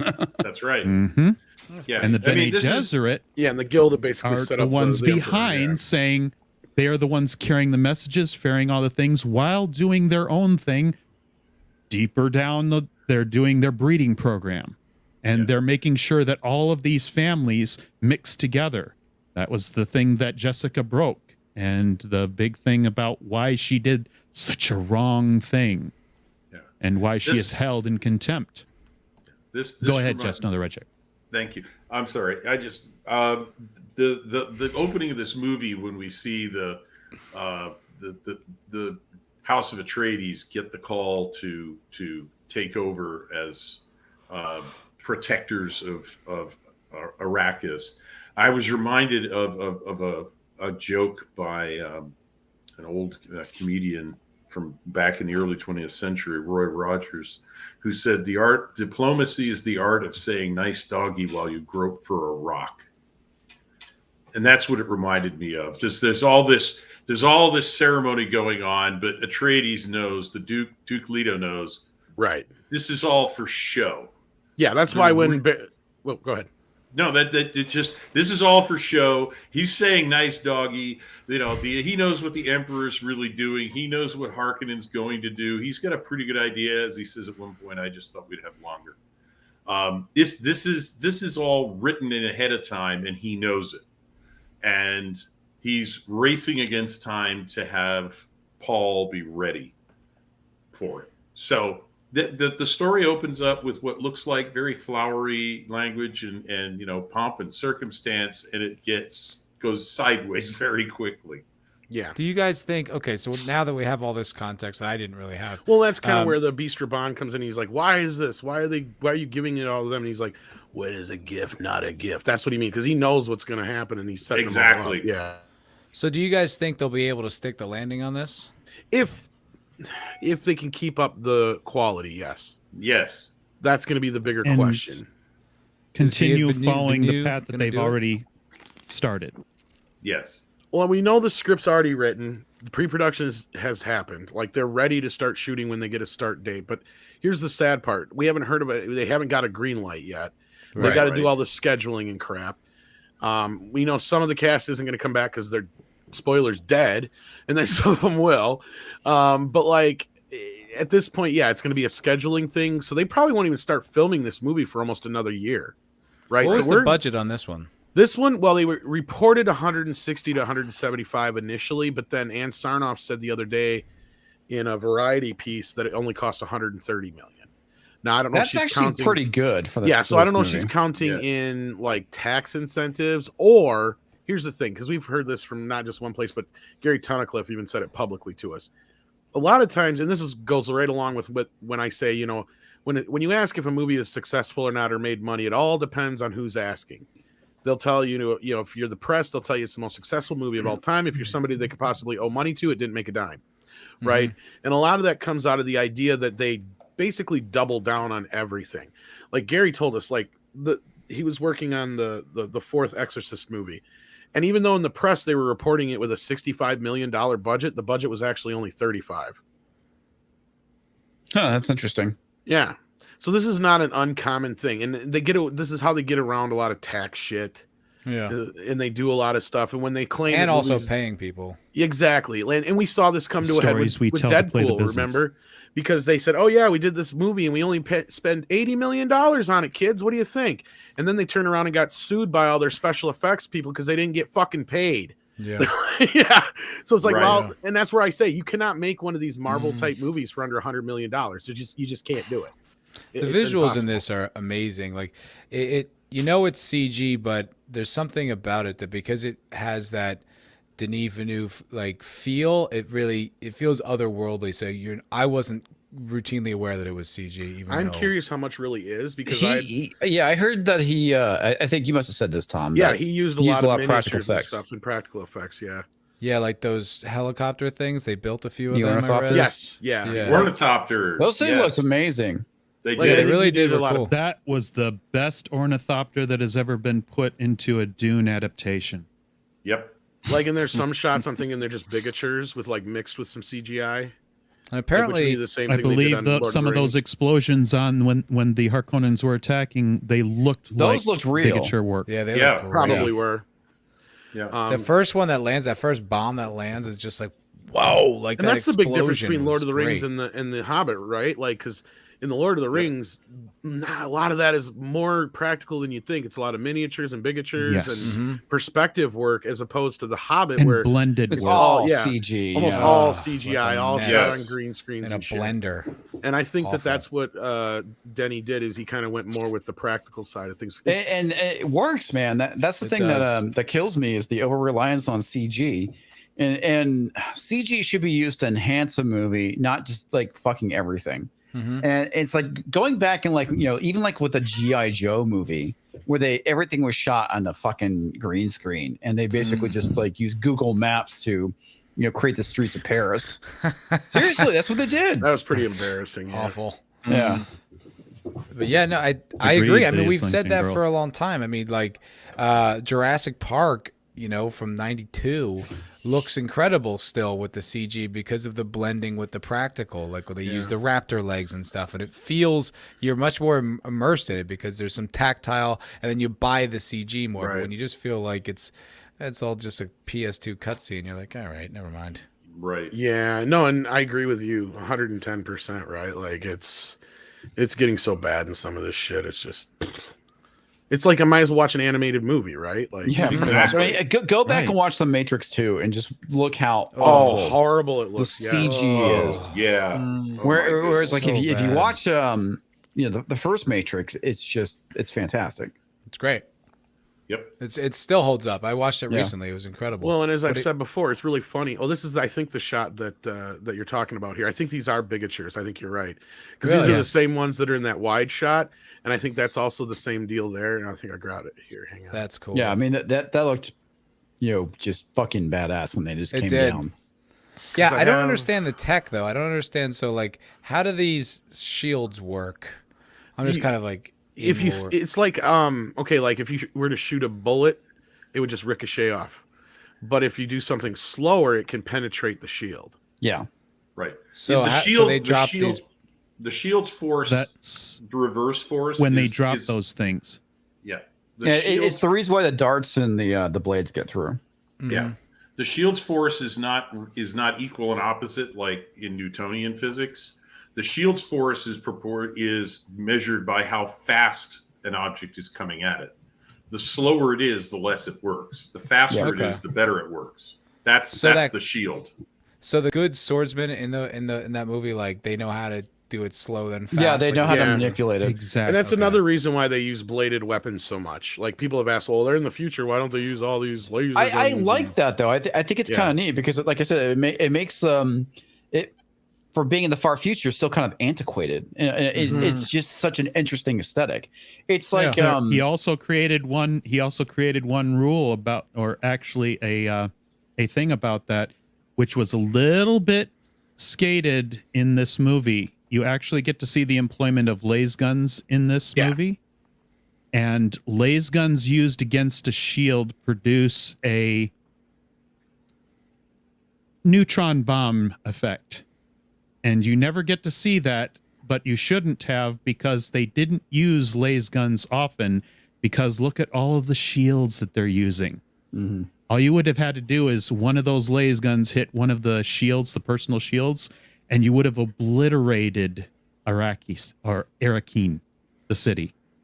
Yeah, that's what I was. When I heard that, I was like, they're like, oh, that's why we don't do it. I'm like, but wouldn't that motivate your enemy to just never drop a troop guy on there and just like shoot him with lasers from a distance? Like, Yeah, like that That's seems why like they don't. You don't use lasers because they might employ a shield. Therefore, you go in there with melee weapons and you take them out the old-fashioned way. That's Nice interesting. and slow. Yeah, there's a lot of reasons, and they cut out a lot of exposition because I know the script gets heavy duty into some of it. But I felt like they didn't. It would have been unnecessary to keep a lot of it in because I think most people get the gist of the story as you're going along with what's going on, and I don't think they over-explain anything because that's like Star Wars, right? Like it would be like if George decided to stop us every 5 minutes to decide to explain to us what everything was or how something worked. No, it works. You don't ask how, it just goes, right? Like you just keep moving along. Nobody, because if you stop to think about how a lightsaber works, your fucking brain would hurt after about 5 minutes. Right? Yeah, as long like, as it's plausible. Exactly. Like, and that's the great thing about Dune is it just employs these. Oh, George! But yeah, just to finish my thought though on the whole CGI thing real quick before we say hello to George here again. But no, like you're right, because Jurassic Park is always the example I love to go through to because the first film had, I believe, 52 or 58 digital effects, and the latest Jurassic World film had over 2,500. What does that tell you? Wow. Right? Like, yeah, that's just insane, isn't it? And hello, George. How are you doing, sir? How you doing, Tom? Always love seeing you. How's you doing, Matt? Red Shirt, brother. Comics. I'm fantastic. 70s. Draco, everyone doing well? Oh yeah. Wow. George Miller, the man with the beautiful soul. I love your impression. I love your voice, the way you do that. Whoa, but let me ask you, was you on In a World or the other one? Oh yeah, go ahead. I love the Batman actually, and Shatner. I just, yeah. Batman is the great. I do a very poor imitation. You gotta get Bat Tom in here. There he is. Get Bat Tom on it. Somebody said my name. Nobody said your name, you jackass. I'm worried, Bat Tom. You heard that Lens Flare JJ is putting together the Batman animated series, right? Redoing it. They're making it inclusive. Robin's going to be hanging off of his hip, literally. Well, that suit was Oakley's kind of gay. So it's fair to say that Will Arnett is the best Batman, though, isn't he? He's okay. Thought they might throw a hand grenade in there. Look, nobody's as cool as Michael Keaton, let's be real. Yes. Hey, what about Affleck? You know, he looked the part. He's pretty badass. He's pretty buff. He's as the kids say, swole. Is that what they say? Swole. Swole. Exactly what they say. And I heard my voice coming in here. Is my alter ego in here or something? I don't know. Yeah. It's just inside your head there. That's a pretty good voice impression of me, Mr. Thank you. Comics Division. I can't read. Neither can I. Yeah, What Tom doesn't realize is that none of us are actually here, and this is all in his head. Oh, wow. No, it's actually all in my head. It's like I'm tripping on LSD again. I have no fucking clue anymore. You shouldn't have had those mushrooms on the pizza. No shit. I thought it was the Fucking pineapple. scarecrow. It's Bat Tom, not Batman. I thought it was the pineapple that did it. When it Batman. comes to TM shit, it's bad time. But like, It's bad time. I answer to Batman. But what about the BM shit? Yeah. Bowel movement. Is there any other kind of BM out there? That's a good point. Batman, me, other guy. Yeah. What are you going to do about Twinkle Toes, the new Batman? Fuck Edward Sparkle Pants. I'll beat the brakes off that bitch. I got that from Yellow Flash. He could beat it. He could eat a bag of cat. Wait a minute. Maybe he should do that. Maybe he should. Oh no. If you He's give me gonna 10 be- minutes with Zoe, she'd be totally down on this. He's gonna be a sparkly Batman. Yes, he will. One thing I'll say about As long Robert as is it's black sparkles. at least he used the car for good use to make some bat babies. Yeah. You know what I noticed about him watching the That trailer Betty again? pumps and dumps her. He looks like he has baby teeth. Have you ever looked at it? I was watching the trailer because it had the cowl the way it was done. You know, baby teeth, where you're an adult, but your teeth are a little smaller. I don't know the medical term right off the top of my head. It was hilarious. I was like, I covered his head, the cowl, and I'm like, are those baby teeth? Does Batman have baby teeth? I don't get it because he's British. We're only allowed one British Batman every 20 years, kids. Christian Bale already took that one. I'm going to need another Batman. Where are you from, Batman? Gotham. Gotham. Born and raised. Tom Batman, have you ever been to New York City then, if you're from Gotham? Don't It's know what city you're bedtime. Get it talking right. about. I know Metropolis. Yeah, you hang out with Lois over there. Give her a little bit of the back. She's a little nosy bitch. Well, she's a reporter after all. She is I a know. reporter. She's with Clark though. I mean Superman. I mean, that guy. Wait, The did you guy just, in the blue and the red suit. You mean the gay one? He's not. No, that's his son. Poor That's his guy. son. poor guy. Not that there's anything wrong with that. Truth, justice, and the Nothing wrong American gay. Yeah, all that. And if there That's is a not murder, I'm a gay You should son. I've been hanging copyright out with that. Robin for years. Oh, God. Did you try to hook him up? Did you try to hook up Robin with I don't with Superman's encourage son? it, but I don't give him too much shit for it. Well, just They might be a bit. good couple, Batman's What? son and Robin. I mean, Okay, Superman's don't give son. him. Sorry, Come on, don't give him ideas. They're Well, that'll gonna be do a it comic anyway. book next. just saying they would Batman be doesn't have adorable. a son. Well, I'm thinking about chopping my ding dong off because then I heard I can be reincarnated on Themyscira. Do you guys know that it's an island full of nothing but chicks? Yeah, Amazons. And they do But if you didn't lesbian have your stuff. dick, though. Well, wait a minute. They used to Yeah. be Amazons because now they're introducing new characters. So it's not just for women. No. As long as I chop my ding dong off, I'm That's it. okay. Really? That's all you have to do. Yeah. That's all you got. Well, maybe But aren't you I going to don't. become a Ken doll? Fuck. Yeah, don't you think that might interfere with your goals there? If you're going to go to an island full of chicks, but then you don't have your bat parts, what are you going to do there? Like hang out with them? That's a good question. Yeah. Could you imagine if you got there and then found Brie Larson there? I didn't Yeah, I think think- that far ahead. Okay, I just figured there's 90 women on Themyscira. That's 2,000 boobs. You can't argue with you there. That is solid, Matt. I haven't actually seen your new trailer, Tom Batman. So I was wondering if maybe we sucks. could watch it. Does it suck? sucks. Yeah, you got Richard Kind. He's playing the Penguin. That's the guy from Spin City. The that's a goofy weird choice. guy. And then you got Edward Sparkle Pants out there going, "Oh, I'm the Batman, Mary Cherry Ho," or whatever British fuckers say. And then they got the guy who should be playing the Penguin playing Alfred. Look, Alfred is a doofus. Okay, I love him, but he's not with it. If you asked him what Baby Shark was, he wouldn't know. Oh, really? He's totally not with the times. Oh, Well, I'm it not. looks I like don't. Damn. It looks like you've slapped him in the trailer, though, a couple of times, putting him in his place. Well, sometimes you got to do that to the help. Yeah. Well, let's see. Let's take a look. I'm curious. Oh, Curious and what don't you're get up me to. started on Zoe Kravitz, but I got started on Zoe. Question is Did a he- tangerine. Did the barista put the question mark on there? No, is he it- No. did. look at him? It's Tangerine. the Riddler. I The know size that of work a anywhere. It's tangerine. the Riddler. So he made his own question mark in his own cappuccino. Without touching It's it. the No, just Riddler. Maybe he's the barista. Ah, I plot hate the thickens. Riddler. He's always asking me stupid questions. Yeah. Just get to the goddamn point. To get Not gonna confused. need another Batman doesn't have Batman. time to be confused. Yeah. I stole the music from the Star Wars. Fuck you. Is it actually the Imperial March? It It sounds sounds awful. I like it. But did you see? It's I've got never a seen- similar cue. I've never seen Batman armored unless he was in the robot suit. I Nah, don't he's remember a him. pussy. I don't remember him Pussy. being taking bullets like that. He dodges them. That's right. Yeah, Right.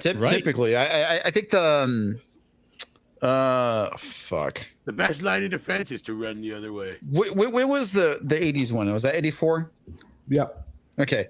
He did an 84, but for He the most did? part, yeah, The he should be Keaton one? yeah, the Keaton one, yeah, he took a bullet. I don't remember.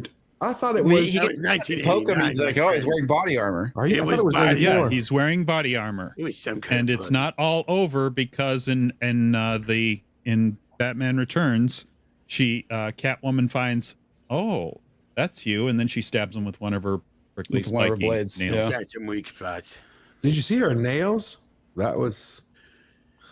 You know what I love about Michael She- Keaton's they actually Batman? made Zoe Kravitz look more like the contemporary Catwoman, which I think is pretty cool. She They're actually, pretty I hot, think she looks I'll say that for fantastic sure. as Yeah. Catwoman. I was into it.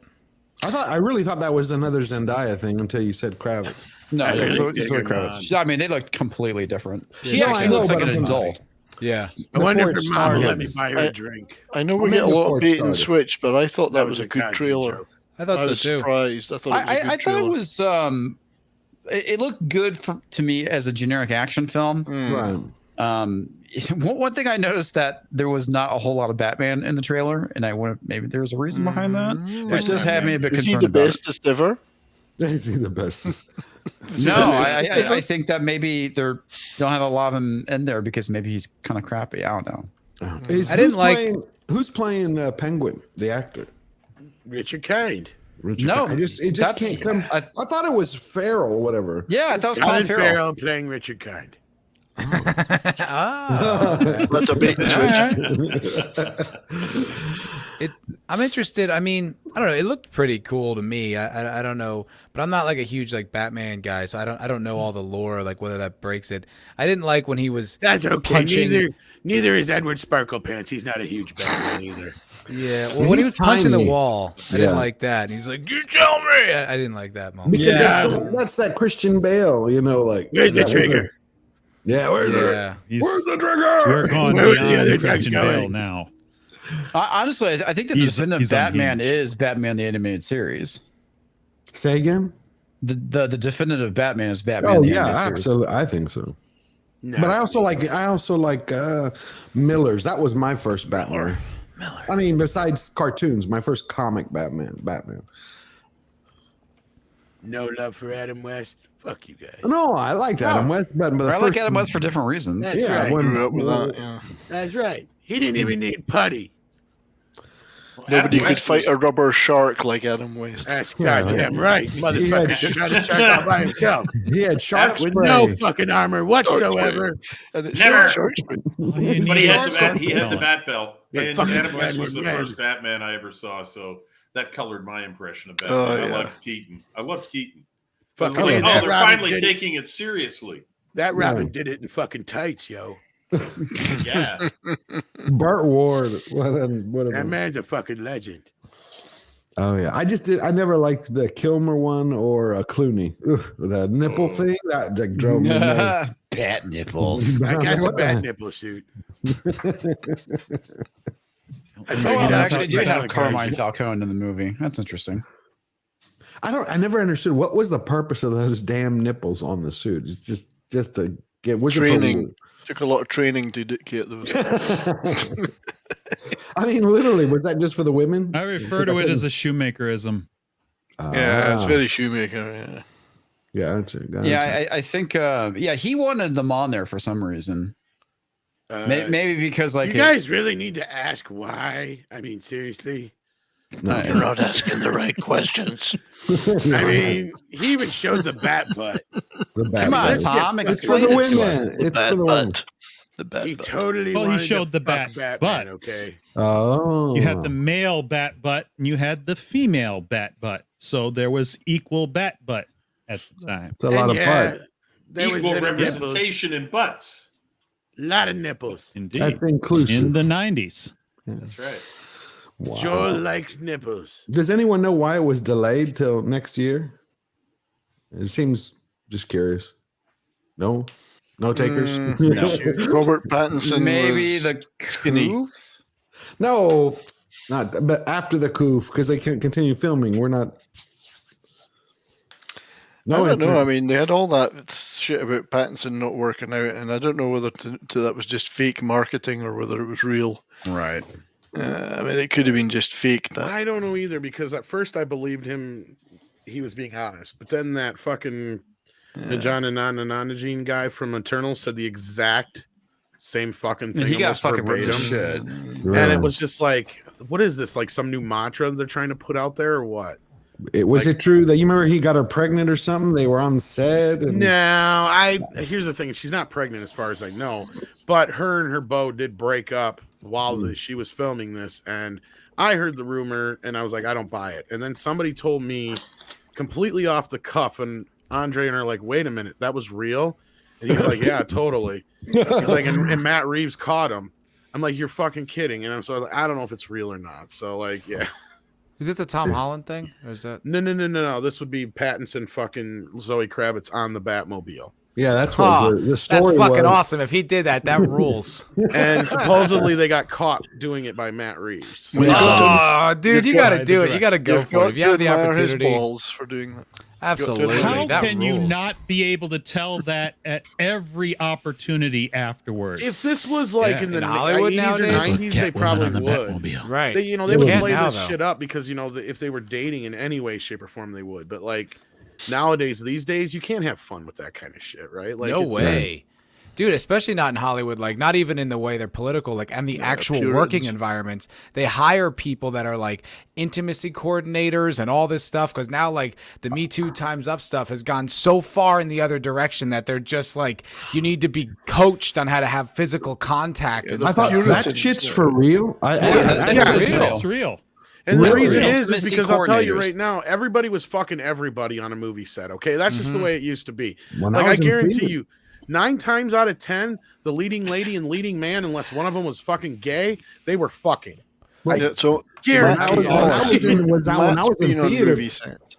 when I was Hell. in theater, half the people hooked up. I mean, that was kind of like, you know, I mean, you Isn't have this- like some of the hottest people in the world. They're all rich and famous. Exactly. They're all doing young, drugs and many drinking. of I mean, them. of course. Look at the Munchkins on the Wizard of oh Oz. god, And that's why a lot of them, and to be honest, and this goes both ways for men and women, you will see this. When they generally marry celebrity, it don't last long. That's the reason why.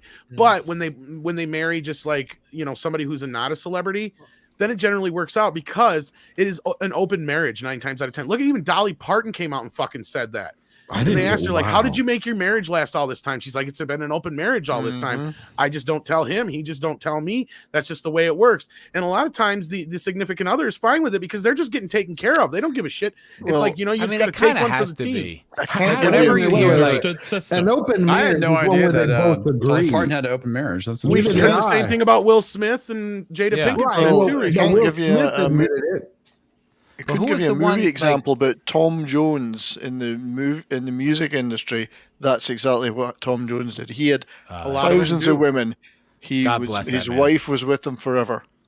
I listened to him in an interview, and like I was like hearing like the She exploits. just turned the blind eye and let him get on with Well, it. that's because I she just knows. I felt for Lauren. I was like, oh man, that sounds awesome. I really the Parton thing that takes me back. I mean, I can't believe that Parton. Wow, that's just yeah, I know. shocking. And she recently just said this not too long Wow. ago, like in recent Yes, years. this is recent. Who was You're right, Tom? You know all But she's the been lore. married for Who like was 60 years. which actors were sleeping together while they were filming it? I mean, they actually filmed it. It was Warren Beatty and Faye Dunaway when they did. Maybe. Yeah, I think Brown Bunny Bonnie and was a Clyde. real, Bonnie and Yeah, Clyde. but also Yeah, have, that's- supposedly John Cena was actually fucking Amy Schumer in their scene together. Yeah, I wonder who started That that. man got no Vigilante self-respect. Williams Hey, started it. Vigilante. Who started it? Vigilante. I started it. Wait, before I do my intro, I'm glad you brought that up, Tom. I'm glad you did Batman back time. I can Mr. bring it Mayor back. took my FNT, and I haven't forgotten it. I still remember it. Otherwise, it's Vigilante Wins here on. I can't even remember the episode. 38th. 38th episode of the Cocktail Lounge. And I'm It's in the title, man. You want to yeah, be my but- new sidekick? Yes, yes. Robbie's I'm like, gonna this make is really crime. cramping my style. Let's just be clear on something, and Warren Beatty's not the exception to this rule. He got more ass than a toilet seat. Right. No, Yeah. I Yes, was he talking did. about He that. did quite well. I was talking about. I read 12 years ago that during the filming of Bonnie and Clyde, literally while they were filming, having the sex probably scene, they actually had sex. Yeah. I wouldn't be surprised. There's probably That a lot of sounds like instances something of they that. would do, especially around then when everything was like, oh, cinema nuevo. And Well, like all you gotta that. remember, and I mean, I'm sure like Matt and whoever else has ever worked on a production here can probably back me up on this. When you're doing it at first, it's really technical, but I'm sure after a while you get hot and heavy with somebody, shit's gonna come up. It gets a little weird. Oh, it comes up. It Yeah. comes up. You're right. And it I'm gonna comes too. come. I'm Gotta gonna point come. something out about that though, because Clyde Barrow's character, and it's quite clear in the film, he can't get it up. Oh. So they're having this. They're trying to have sex, and he just can't do it. That's very Did clear she in the tell film. her? Did she So tell it us must to be, not come? I So thought it was whether pretty Warren funny. and Faye Yeah, were, yeah. the two characters weren't. Is it he wasn't supposed to happening. be a, you know, No, he the just light and the couldn't. He just loafers? had this. He just had this thing. He just couldn't. Here's the thing: is like Did he have a pink machine gun? If you know what I mean. now he was. Here's what I've heard, and I don't know how. He just has a picture of Brie in his wallet. Because he went to jail. He had a picture of Brie feet. Wait. Hold on. What's I up? went to jail a few times before him and Bonnie met, and the rumor was that he got, since he was a little guy, he got raped an awful lot. in Yeah, jail. that's. Oh. So very the strong thing was, rumor, is I yeah. guess that was something that really kind of fucked with him mentally. Like the thing is they did not like that movie is so much full of bullshit Oh, when it it is. comes to Bonnie and Clyde. Like it is so far from the They truth. were a better version is the Highwaymen. The Woody I was just gonna Harrelson- fucking say that, even Much though on the better. side of the Highwaymen it's not so accurate, on the side of Bonnie and Clyde it's more accurate. Much more accurate. Yeah. But they That's interesting. Yeah, they kind of changed some shit about the actual guys, but like, and I think they amalgamized one character into the Woody Harrelson character. But yeah, Oh, it is a Interesting. Real great quick, fucking movie, though. It's a good I movie. enjoyed I it. enjoyed it. I liked it.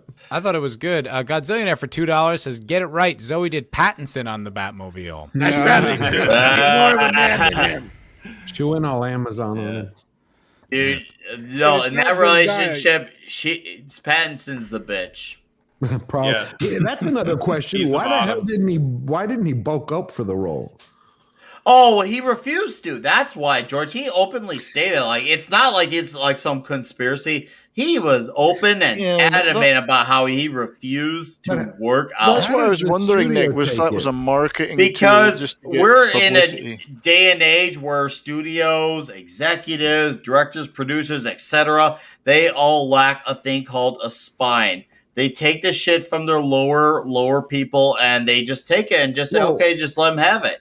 Well, wait a minute. Tom and we were talking last night that the studio forced Villeneuve to. They're like, you pick these actresses. You have to change the gender and the It race, heard, or. yeah. So I'm figuring if the studio tells him, won't they tell Pattinson, Well, hey, no, buddy, the you studio Batman picked- bulk up?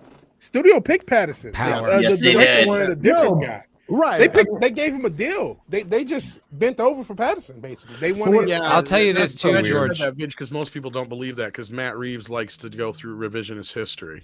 Because I loved his little fucking song and dance on the DC fandom last Yeah, week. I saw. I didn't see that. What did he What say? did he say in the fandom? He said that he wanted Pattinson from the start. Yeah. I'm like, Oh, I'm fuck like that. scrambling to find that article. I'm like, you lying son of a bitch. The other guy. God I damn thought it was Nicholas Affleck Hoult. originally. I thought it was Affleck Okay, originally. well, this was Before- actually. Well, it was, but that's for That a was a whole whole different different project. story and Yeah. universe. Yeah, initially when this first came about, it was supposed to be a prequel to Ben Affleck's Batman. It was Okay. set up that way, but Batfleck. as soon as BBS happened, Batfleck's a bitch.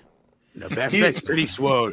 He's still kind of a bitch, though. Well, why He did was- Batfleck? Why did Ben Because he Affleck had leave the role? alcohol issues. He had No, he got kicked alcohol out. issues. Yeah, and the he Studio got kicked drove his out. ass to drinking. Well, Like- he was originally supposed to Batfleck's a star, jerk, write, too. and direct, and then he stopped from writing. Then it stopped directing, and then Right. it became no longer acting. Period. So one by one, all his roles were taken out It's actually eventually and worse than that, completely. But Actually they worse took than it, that, or Nick. he left. No, He here's what hated it? happened, guys. Okay. Here's the chain of events. The best, quickest way I can tell you possible. Zack Snyder came in. He was Okay. supposed to oversee the brand new DC universe, and Nolan was supposed to help him usher that in. Nolan didn't want jack shit to do with anything. Good. The real reason Nolan was there was supposedly to run interference between Snyder and John Peters, because they did not want John Peters anywhere near this fucker. Now, if you know that name has come up before because he's the producer of Batman and shit, and he was the one who notoriously was behind Superman Lives, that movie that Oh. failed. Oh God. Yeah. So they were doing everything they could to keep, because he has a say The- over this, because he has The rights. Yeah, he bought into the rights years ago, and he will not let them go. So basically, Nolan was there to run interference with him more so than anything. So they let Snyder do everything and anything he wanted. They let him get Oh. it for Man of Steel. Man of Steel came out. It did not perform the way they were hoping. They said, we got to do something. We got to switch this up. They basically forced him to put Batman into a Batman. He wanted to do Superman 2 first. Okay. Then, but they're like, nope, you got to bring Batman in now. Makes so that sense. changed things. Yep. So he's like, all right. So then he changed his plan from that to BBS and then the Justice League. And in the middle of all this shit, they took it away That's from him annoying. after BBS came out. They gave it to Ben Affleck. They said, now you're running this shit.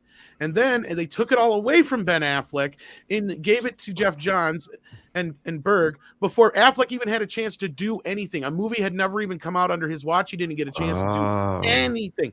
They gave him this power and took it all away from him without him even getting like. It's like, what the fuck are you doing? No wonder the guy started drinking.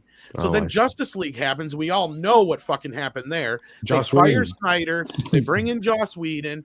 All that mess happens, and we know the rest is history. But like, there's even more to that, Tom. There is, but that's the shortest fucking version. How do you know all that, Tom? There's no short version. No, what Tom is saying is he's right. And I gotta add to what Tom is saying, because Zack Snyder contradicted himself on a lot of those areas. First, he went out and said that Warner Bros. Wanted to add Batman. Then he goes on an interview saying, Batman was always part of the plan. He goes on an interview saying that this is not a movie where Ben Affleck's going to be the lead. We all saw history played out. Ben Affleck was basically the lead in the movie. Snyder contradicts himself interview to interview to interview. And I have that guy is nothing but honor. Okay, I will not have you besmirch the good name of Zack Snyder cult. As far as I'm concerned, he's got Snyder. a new movie coming out in 2 weeks called Eternals. Well, it looks just like the Justice League. This is what I'm curious. You know how much you love Army of the Dead, Matt. Yeah. Yes, cinema genius. So yeah, I Gold. the Batman thing, and then Warner Brothers wanted Pattinson, and not only did they want Pattinson initially, we heard they also wanted Kristen Stewart too, and for the exact reasons you can imagine, is because they wanted to bring that Twilight crowd in. You got to remember, those girls are in their 30s now. That's what you guys got to remember. That's the crowd they're trying to bring in with this fucking movie. So Matt Reeves wanted Nicholas Hoult. Nicholas Hoult, you might know best. Yeah, I remember. X-Men. But does that audience still exist? I mean, I don't think that there's a Twilight. Believe your ass, there? they fucking do. Yeah, that's what they right. The other thing too, Tom, that you left out is the whole thing with Twilight is it also appealed to older women. It did. So there's a whole nother demographic that's true. there too. That's Who true. do you think the shipper crowd are? Yeah, and consist of? I thought there was new. I thought there was new comics. Bye comics. Bye, buddy. Comics. Bye, Six comics. Division assemble. Bye, comics. Night, everyone. Take care, George. I'll see you Monday. Comics. Alrighty. Night. Have a great weekend. Face it, I have one quick question before I say hello to Eric K. Hey, Hi, Eric K. I want to know, Eric Tom, K. I never understood that when they said that Man of Steel didn't meet their metrics. It made money, didn't it? It did, but not to the standard that they wanted. Yeah. And I'm sorry, Tom, I have to mention this. I know I don't mention. The reason I have to mention is because here's a problem with the success of the superhero movies. It's good when they succeed, but the problem is they don't realize that certain characters are going to do better just because some are more known, some are just better, well received. They see it as one size fits all, and everything needs to be $1 billion or else get the fuck out. And they saw it as, well, Batman is this, and that, aka dark, $1 billion and all. So we need that Superman. Otherwise, it's not what we want. And they wanted Superman to be Batman with powers, and they wanted to be $1 billion worldwide like Batman. Because it wasn't that, and also the divisive reactionness, they realized they were panicking and they had to change course. And they that's the Superman thing frustrates the fuck out of me. Basically, the entire DC universe was totally rushed. Yes. They didn't build. They didn't rush it. They sprinted. Well, here's what they did. You gotta introduce characters. Why not you gotta have them have some sort of arc where people actually care about these things. Because if you just go wham bam Justice League, people are like. Well, there was no buildup. They needed to do what Marvel did. Just that was the plan. Is to do the opposite of what they were doing. They saw as we don't want to wait because they got the late start. And for all we give Marvel shit now, Marvel early on did that right. They gave us those characters. We saw their identities, what made them different from each other, gave them their own film, their own tonality, their own personality. And we live in the Zack Snyder universe where everyone's somber. Everyone's depressed. Everyone's an emo fucking bitch and a crying cunt about everything. I'm depressed. No, you're right, Nick. I did like the Snyder cut. I like the Snyder cut. Here's the thing. If you watch Man of Steel is basically Superman Begins. And Nick is right. The studio told them we want what Nolan did for Batman to Superman. So if you watch Man of Steel and then watch it like right after Batman Begins, it is almost the same kind of movie beat for beat. Right. It is very similar in its tone. It's very similar in the way it's told. All these things are very, very, very similar. And that turned off a major portion of the standard general audience. And I agree with you guys to a point, but here's the thing they fucked up. They had George Miller just before Man of Steel. Yes, they did. Yes, they they had did. George Miller just before what a Man of Steel, fuck who up. was going to make Justice League movie. Yep. And I think that was the better route for them, because you know what they should have done? They said, you know what? We're not going to do what Marvel's doing. Fuck that. Let's go the opposite route. Everybody knows who our characters are, right? Like, that's the upside that DC has over Marvel. That's a good way. Is Marvel has like maybe 3 characters that everybody knows besides the X-Men. Nobody knew who the fuck Iron Man was when that first came out. Nobody knew who the fuck half these characters were outside of the Hulk and Spider-Man mainly. Those are the 2 biggest Marvel characters. You could make an argument for maybe a couple more Captain America, maybe. But even he's gotten to a point where he's even lesser known than he used to be. Yeah, that was debatable. Wow. Yeah. No, he's right. Yeah, and trust absolutely. me. Tom is right, because I'm someone who went to the comic shops in the late 90s. I was a big fan, even though he's fucking psychotic. Mark Waid, when he did his run with Ron Garney on the comics in the late 90s, I was a big fan of that run. But the thing is, and it was well received, but the problem is it wasn't the most known story. It wasn't Spider-Man. It wasn't the X-Men. Like I said, it had its fans. It had its success, undeniably so. But it didn't have the degree of Spider-Man and the X-Men. That's just the facts of life. How can people not know Captain America? I mean, he just kind of popularity was very thin. Really? Yeah, his character is moderately. He lost steam. I've always I don't know that fell out. I of could the give you limelight, the I could give you the UK perspective. Captain America was nowhere near as well known as Spider-Man or the Hulk. See, that's hard for me to be objective about it, because I would go every month to the store and I'd be like, okay, I want my Captain America. Technically, the Fantastic Four were probably more popular than they were far more popular than most characters. They were. Well, the they had Fantastic the 2 Four. movies. This is the thing. The Fantastic Four, Batman, and Superman. Superman first with George Reeve. You saw them on television, right? If I never had a comic shop, I never read comics, so I knew those characters because I'd seen them on television. Right. I was always aware of Captain America, though. I always knew about Captain America. I feel like knowing about him versus knowing his origin and his whole life story are 2 different things. You got to look at it from the normie perspective. That was my point. Is like, you put out a movie with Superman, Batman, Wonder Woman, The Flash. People know these characters, right? Yes. Because DC has always been. DC has a longer legacy than Marvel. Yes. It's easy to forget that a lot of these DC characters have been around 30, 40 years more than a lot of the Marvel characters, because they didn't come around until the 60s. You know, like Spider-Man. Everyone in the world knows who Superman is. So what you were just talking about actually made even more sense. Why not start with the Justice League and then that was the plan? And they were up to the point where they were like damn near like 2 or 3 days away from shooting. They had sets built. There's pictures of them in the costumes. It was fully casted, fully scripted. Wow. They were down in, I believe, New Zealand or Australia, one of the 2, getting ready to shoot, and they pulled the plug at the last goddamn minute for some reason. We also have to. I think like we're living in like the superhero movie era, but honestly, before Iron Man, before these kind of like alternative like heroes made this much money, I don't think people really like in Hollywood thought of it as like this cash crop that it is now. They did it. That's why Sony turned down Black Panther in the 90s. Yeah, I think Iron Man was a gamble. But that's all you had was Spider-Man and Batman and don't forget those Superman movies. But those Superman movies with Brandon Routh didn't do well. Like they did not hit the way they wanted them to. Like so, those are crap too. Well, I'm just saying, but like they don't look remember like that. Outside of Superman 1 and 2 and Batman, and those are the only 3 superhero movies before X-Men that made any fucking money. And they still weren't billion-dollar hits. They were, 150 million. Well, you had X-Men, Punisher, the Fantastic Four. But they don't make money. They don't make money like we're going to bank the future of our studio kind of money. The first 10-year run of movies that were comic book movies was all predicated on the fact that X-Men came out and did amazing, and then Spider-Man came out a couple of years after that, and it was like, oh my fucking God, we got to get on this thing. And then you had, like Daredevil and everything like that. Marvel was making everything they could. They had the Punisher, Hulk. And they all did okay to bad. Like none of them did that great. People forget that the first $1 billion superhero movie was The Dark Knight. Yeah.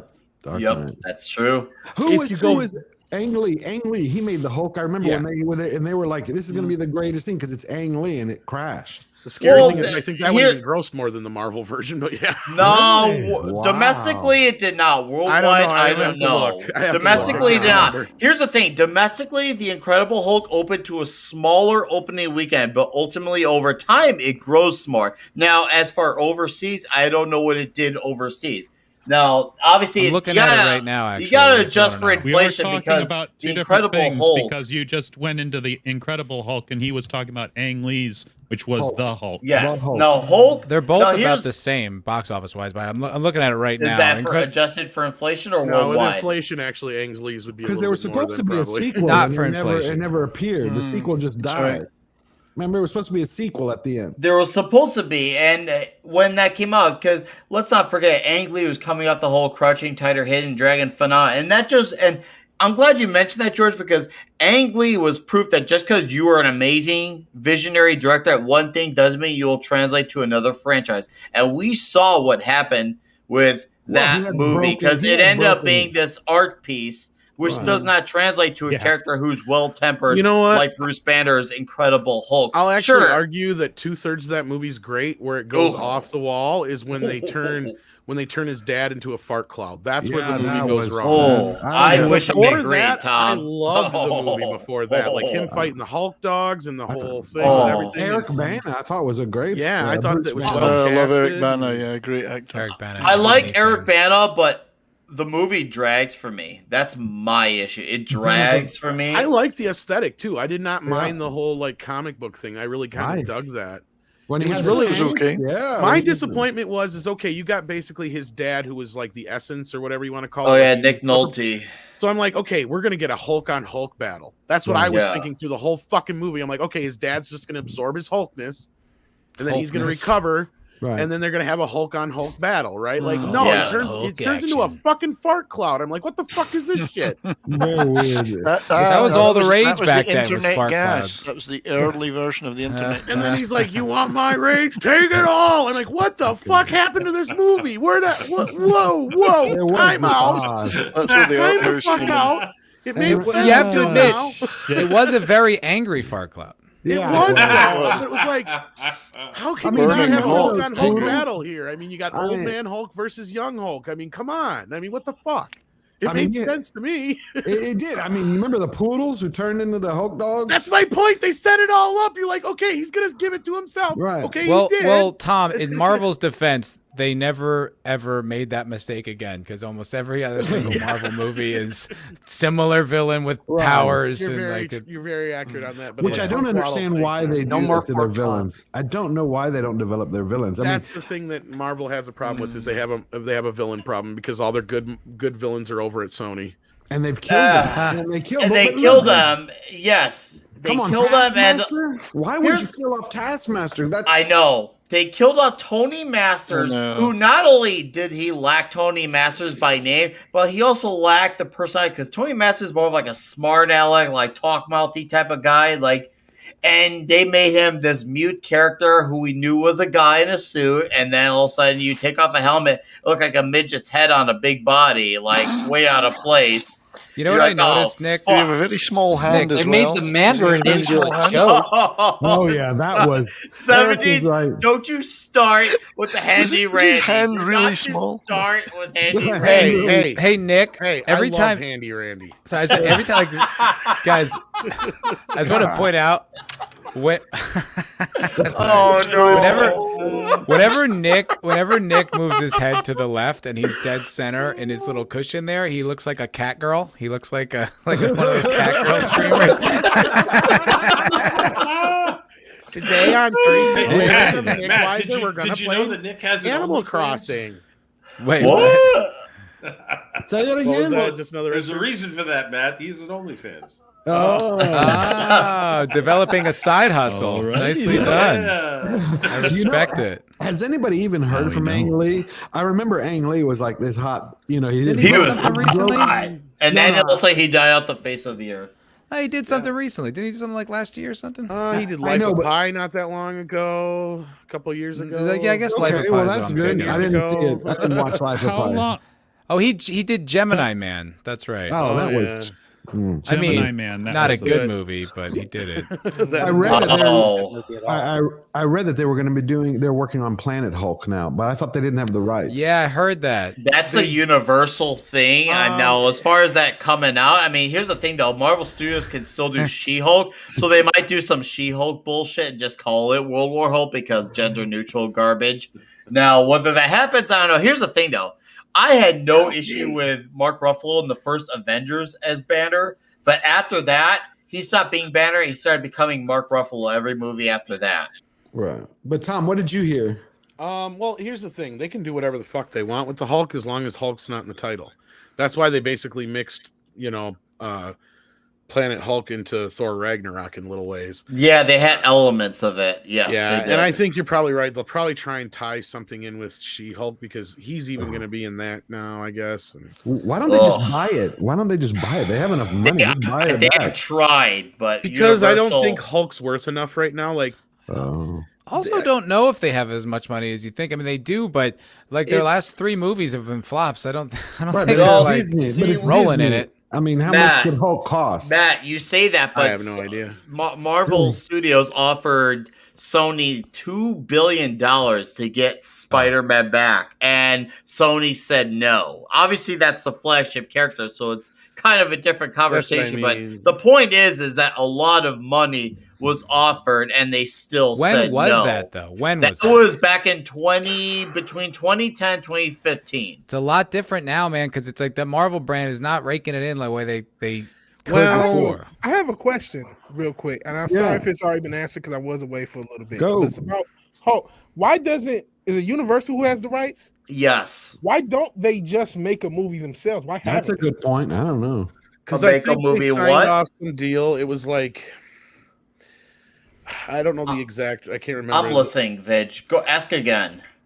No, I'm Go one more lost now. time. Okay. For the back for the For the cheap back. seats. And Tom was about to answer, but real quick, it's just how come Universal didn't make a movie themselves? I get why Marvel, they can't make a Hulk movie, but you would think if you had those rights, just make a movie. Why what's stopping you? Oh, I don't know. I think it's some convoluted thing that because it has everything to do with as long as Hulk's not in the title, Marvel can do whatever they want. So it's like, but if Hulk's in the title, then then Universal has some like distribution deal. So I think it's only distribution. It has nothing to do with the character itself. But per what about the se. casting? Like, what about could they have Ruffalo? Like that's See, a that's the pretty thing big is I don't know difference. if they can Yeah, just make one without Marvel. I was just gonna. I mean, yeah. The thing is like because the rights would have been up by now if it wasn't for the fact that the Marvel universe wasn't in play. So like I think they made some rights extension deal because they did the similar thing with Sony and Spider-Man. Right. Like what they did was that is they gave them a rights extension, but in return, Sony gave up the merchandising rights. So they technically have no merchandising rights when it comes to Spider-Man. Ooh, So are you saying like one studio can have the distribution, one can have the production, and somebody else Yeah. make the merchandising?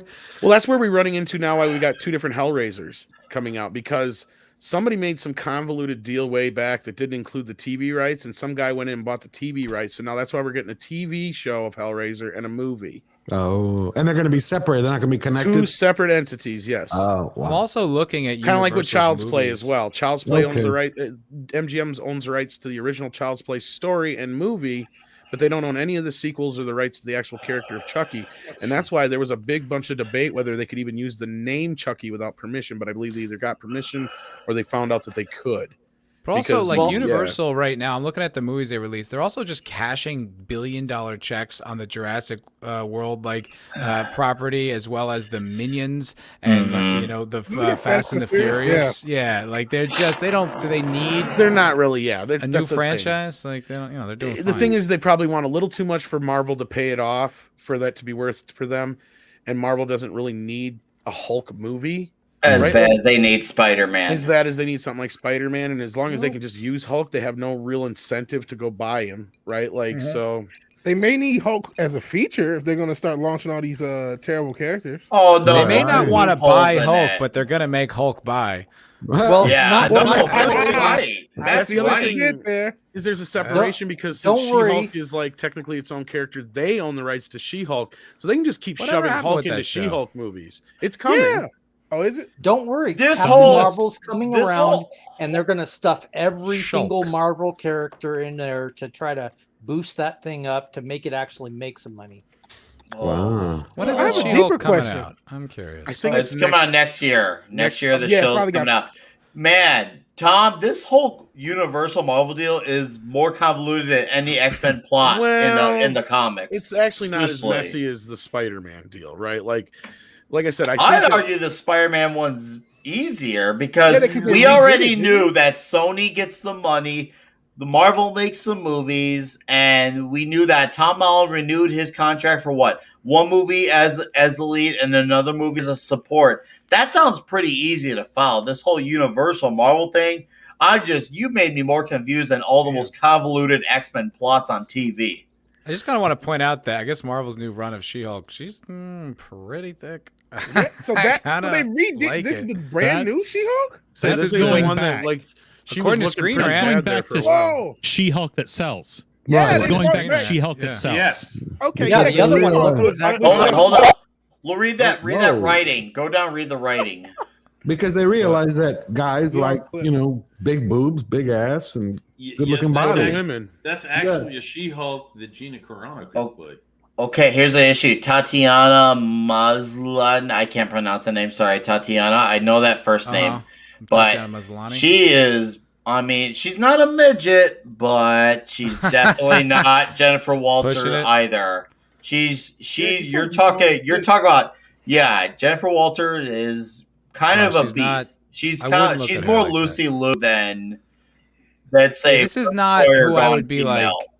Yeah, like if this girl walked in the casting session, I wouldn't be like, absolutely her. Like Yeah, this of girl is not. And Sentient Dildo may be right. Maybe she can act. But here's the thing. Comics are a visual medium. And that's the thing a lot of normies tend to forget. When we see these characters, we want them to be No, she's believable not right. and be brought back to life. And She doesn't I look see very this, Hulk-like. No, and not she's a, not Hulk-like. And No, even she's like, like, you even need like a Gina Carano or yeah, Gina Carano would be a perfect She-Hulk. And this is where I'm starting to say I don't I know we care simp about for her, having the best. I know, and we do. Oh, but yeah. here's the thing: I'm at the point where I don't need the best actor. I want an actor who's going to make the role believable, whether it's an average actor or pretty good. But if it's some grade A actor, there are times where the best actor might just make the role into them, aka a self-insert. I don't need that shit. I want this to like Yeah, actually good embrace acting, the yeah. role. Yeah. What has she been in, Sentient Dildo? I don't think I know her. Isn't there a balance where we can get a good actress who both, embodies the Well, role? if you actually do your homework, yes, Vidge, you're right. But they don't want to do. They don't want to do something that takes work. She was in Orphan Black. That's what she was in. I've seen her in most of those. Yeah. Sarah. She was one of the lead. In even Orphan Jennifer Black. Dardario would be good. She's got more of a lately. She has more of a I She-Hulk. mean, yeah, just some kind of physicality. Ronda Rousey or something Lucy like that. Lawless. Lucy Lawless. Was she already killed as she's a good Xena? actor, though. She's a a good bit old. actress. She's got to be a bit yeah. After Spartacus, she kind a of little like, worse for wear. How old is Lucy Lawless? it's not the age. She just looks it. It's got something to do with it. Yeah, I mean, Lucy No, Lawless I mean, has she's some not- Xena build. Warrior Princess was the mid '90s. I know. What I'm saying, Lucy she's been ridden Lawless- hard and put away wet. I mean, in a long She's time. doing detective shows now. She's definitely playing her age now on TV. She does Right. detective shows and stuff. She's You know not. what? Yeah. Soul Assassin says Sasha Banks. I wouldn't put her, but the female wrestlers, there are a few female wrestlers. There's one girl named Dana Brooke. She's thick and she's muscular. I don't know if she can act, but she's a wrestler, so maybe she can. I mean, maybe, Yeah, I could see that. There's I mean, a I couple of know. those Come that- on, we got John Cena now thinking Yeah. he can do more than suck cock for the Chinese. I mean, he's acting. Well, sucking no, cock no, is how he got his Yes, wrestling but job. George, he George, does he's that so acting for well. He's acting for certain values of acting. Yeah. Wait, didn't someone recently? Wasn't there a story this week where someone tried to? Oh yeah, there was an NBA player who like said something about Taiwan being real, and then One of the Celtics. Yeah. yeah, What yeah, happened? and then Who was that? Yeah. So I don't know. Some NBA player put out a video basically admitting that Taiwan was like it was basically or Tibet. It was Tibet, and it was like a free Tibet yeah. thing kind of thing. And therefore China didn't play the game, like didn't air the game. Which China. Yeah, but I was like that. I mean, now that China's out with as far as like Hollywood and entertainment's concerned, I think that's more maybe a calculated thing. But I was like, oh, that was interesting. Like, what a little pop culture development that is. Yeah. Well, that with an is. asterisk, there's still companies like Legendary that are owned by like Wanda Group and shit. But yeah, for the bigger majority, like they're kind of out of the. I'm curious if Marvel, let's say one day, because I don't know the answer. I'm sure there'd be a lawsuit, but like, let's say Marvel says to hell with it. They go and they make a Hulk movie. They do whatever they want and they put it out. Like, what could Universal do? I don't know. Well, they would just have the distribution rights. Basically, they would probably have to make a deal like with Sony, I'd imagine, because I think that's kind of what happened here. But it was like a retention of the rights deal on their end. And got you. Yeah, but I don't know if they can just go make a movie though. That's the thing. No, they'd have to have an agreement beforehand. Yeah, I think Like, so. it's like someone could stop them as well. Like they could say, we're shooting and we're making it. The hell, we're Marvel. And it could even be, it's. I don't know the exacts anymore of how it works. All I know is that specifically, if they make a movie that has Hulk in the title, Right. Universal has the rights to distribute it. Oh, what if they called it something else? Bruce Banner. Yeah, That I don't know. yeah, that'd be interesting. Seriously. That's Are not they that's not above the realm. That's the thing. If Disney really wanted to, they'd find a way. Right, like they did with Well, Thor. how about Bruce Like- Banner never changes into the Hulk, but he gives someone else somebody else becomes the Hulk. Or they could pull a Warner Someone Brothers more move. worthy. He pull trains a- someone to They be could do more a Warner empathy. Brothers. You know how when they had a sexual fetish for Nolan tiles with Dark Knight, Man of Steel, they could do the Green Goliath. Hey, man. Hey, How about the Green Lantern? We could do that. Oh wait, no, that's- But I know that like some of those things cover like not just the main names, but certain nicknames and shit like that. So Likenesses and stuff. Did anyone see that supposed leak trailer? I didn't know if it was a fan made thing made to look real. The Spider-Man one where they it was fake. They showed Daredevil, and I was like, I was pretty sure it was fake, and then I actually somebody pinpointed the actual stuff it was from. So sadly, no, it's not real. Oh man, they had 3 Spider-Mans. I was like, damn, Daredevil in it. I was more excited for Daredevil. Yeah. Hey, Matt Looked like a Mardigan. mashup. Matt Mardigan's joining us. What's up, buddy? Hey guys. man. Hey everybody. So, That fucking yes. guy again. it's very handy that he's here now. Ah, doing, it is uh, handy. Handy Randy. I've been doing a stream, Matt, with a few other YouTubers. We've been covering a Band of Brothers. Been doing like on different channels. Pat S and Yeah. Mexican Iron Man have put it together. Well, Yeah, I was my- left out of it completely, I've- even though I'm yeah, one of the well, veterans I in did the but two of them, community. yeah. Okay, I but did you're two of them. really abrasive. So it But was it's discussed. honor We're just you. like this It's guy. honor I you. don't know. No, I don't know anything about that. But on my channel, we did it, and then I was thinking about taking the super chats and all that stuff and put it towards charity. And I was like, which one should I do? And I was like, well, I shouldn't do Wounded Warriors because if I ever had to, No. because I had to ever interact with Matt again, he'd rip my fucking head off. So I went with the Gary Sinise Foundation. I hope that meets your approval. Why can't you do Wounded Warriors? What's wrong Because with they're it? fucking crooks. Oh, I didn't know that because I used to give to them. They're crooks, really? So No, I don't know. to so many different levels. Like apparently they've been turning things around lately, but I do not trust them. No. Oh, Yeah, I went to them one time when I needed help with something, and I got treated like a criminal right off the bat. They're like, "All right, man, just let you know, like we know when someone's trying to scam us." I'm like, "Dude, do you know how hard it was to come to you, like hat in hand, and this is how you start?" I had a buddy that worked for them too. We got hurt together, and he worked for them. And he was like, "Dude, these guys are so crooked," because he got to see the inside too. Damn. Well, Yeah. I'm never And then going to they see do them use again. people that I knew from the burn clinic for their little ads. You know, guys like had like no faces. They put them on these like, please donate to Wounded Warriors so we can make more T-shirts and sell them and make a profit. So I messaged you about this exact same thing. You never got back to me, but I ended up with the Gary Sinise Foundation. So do you know anything about them? Have you heard about them? I Was that do a good not. Choice? Well, like on a veterans website, they had like a 4-star rating out of 4. So I was like, all right, that seems like a pretty good resource. So if you really want to check on a charity and whether or not it's worth giving money to, you need to get a hold of the published annual reports and see how much or percentage-wise of the money they take in that they actually hand out to people who need it. And if it's not somewhere up in the 85% plus range, then where is the money going? And I say that as somebody who's been heavily involved in charities for many years. So. Interesting. Oh yeah, and you can check into them a lot of time too. Like, I remember when I worked for Taco Bell, we'd always have this charity thing every year, and I checked on it one time, just looking at it, and it says right in the fine print that only 10% of the actual proceeds. Waste of time then. Yep. Yeah, like it's like, are you fucking kidding me? Well, then what's the other 90% go towards? Yeah, exactly. Oh, United Way, advertisement and paying somebody's ass. Yeah. Well, what's that Hollywood one where they were basically all these women were getting together for rights and all this, and basically using it for retreats and all this other trips. Absolutely. These are typically a scam. And Tom's nailed it there. If you see something like that, and it's 10%, then it's not a charity; it's a scam. Yeah. And they're just the more corporate it is, the bigger it is, the worse it is.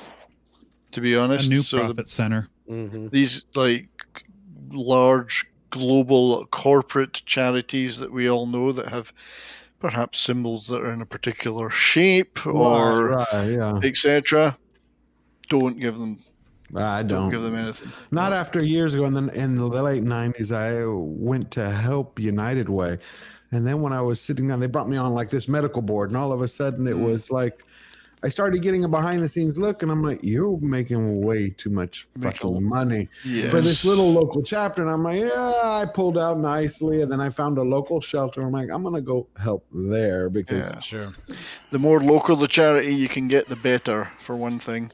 The first one I ever heard that had a big problem was the Susan G. Komen Foundation, the breast cancer one. Wow. Yeah. I mean, I read this article, and it was really scathing about like where all the money goes, and a lot of them are kind of run like corporations, so they have to offer like competitive salaries for the people that run it, and they're making like 6 figures. You know what I mean? They're making like $400,000 or $500,000 a year, and it's like, well, you got to be competitive. It's like, this is a charity. Like, I don't understand how you need to be competitive when you're running like $400,000 or $500,000 a year. Fuck, I'd like to make $50,000 a year. Shit, right? Yeah. And so it was like, I don't know. So that made me question. So when Mad was like, Wounded Warriors bullshit, I hadn't heard that, but he's a vet, so I trusted him. So I was like, all right. And then even the website that I went to, it didn't have a high rating on that. So I was like, okay, this one does. It sounds good. So I hope I did the right thing. I've never heard anything bad about Gary Sinise or the work he does, and I've heard a lot of good things. Haven't looked at the books, but I believe he's on the level. Good. Yeah, it's all about how much they hand out and how little they take out of it. And for one thing, I don't think he's taking a penny out of it. But if they've got dozens of staff traveling the globe with high wages, then forget it. As I say, we did uncover a very worthy cause, and Ascension Dildo is advising anyone who has the extra money to please donate to the Fight for Dildos charity. Well, indeed, dildo rehabilitation is a major problem. Well, the PTSD. I mean, absolutely. There needs to be sensitivity training for these dildos. Now. What they go through, I mean, I'm sure Ascension Dildo himself, he's been through a lot of rugged men. Lena Dunham exists, dude. Come on. Right. All those Lena not inclusive. Not to count enough. problems of abrasion and not to count all those old Croatian men he's been around. I mean, it's a all lot. The former all the Hollywood porn stars that get beat with those things on set. It's a big deal. Have y'all ever seen the YouTube channel that's is it a dick or a dildo? This is a real thing on YouTube. No, I can't say I have. Yeah. No. What is your obsession with this? No, Mad Mardigan, I have never come across that YouTube channel. I've never seen it. He has either. come across it many You times. are fucking obsessed, man. What? No, this is the first time I've ever mentioned it, Tom. Anyway, it is. Every single stream I've done with you in the last 2 weeks, you brought up, is it a dick or a dildo? What's the deal about this let me show? give you the premise. Let me give you the premise. So there's two here we go. Here we go. Yes. One gay guy is behind Listen, another listen. one, and he goes, "Okay, is this my dick or is it a dildo?" I'm And not- the guy has to guess. That's like that old. That's like that. Did I make the same joke the last time you brought this up? It's like that Adam Sandler skit.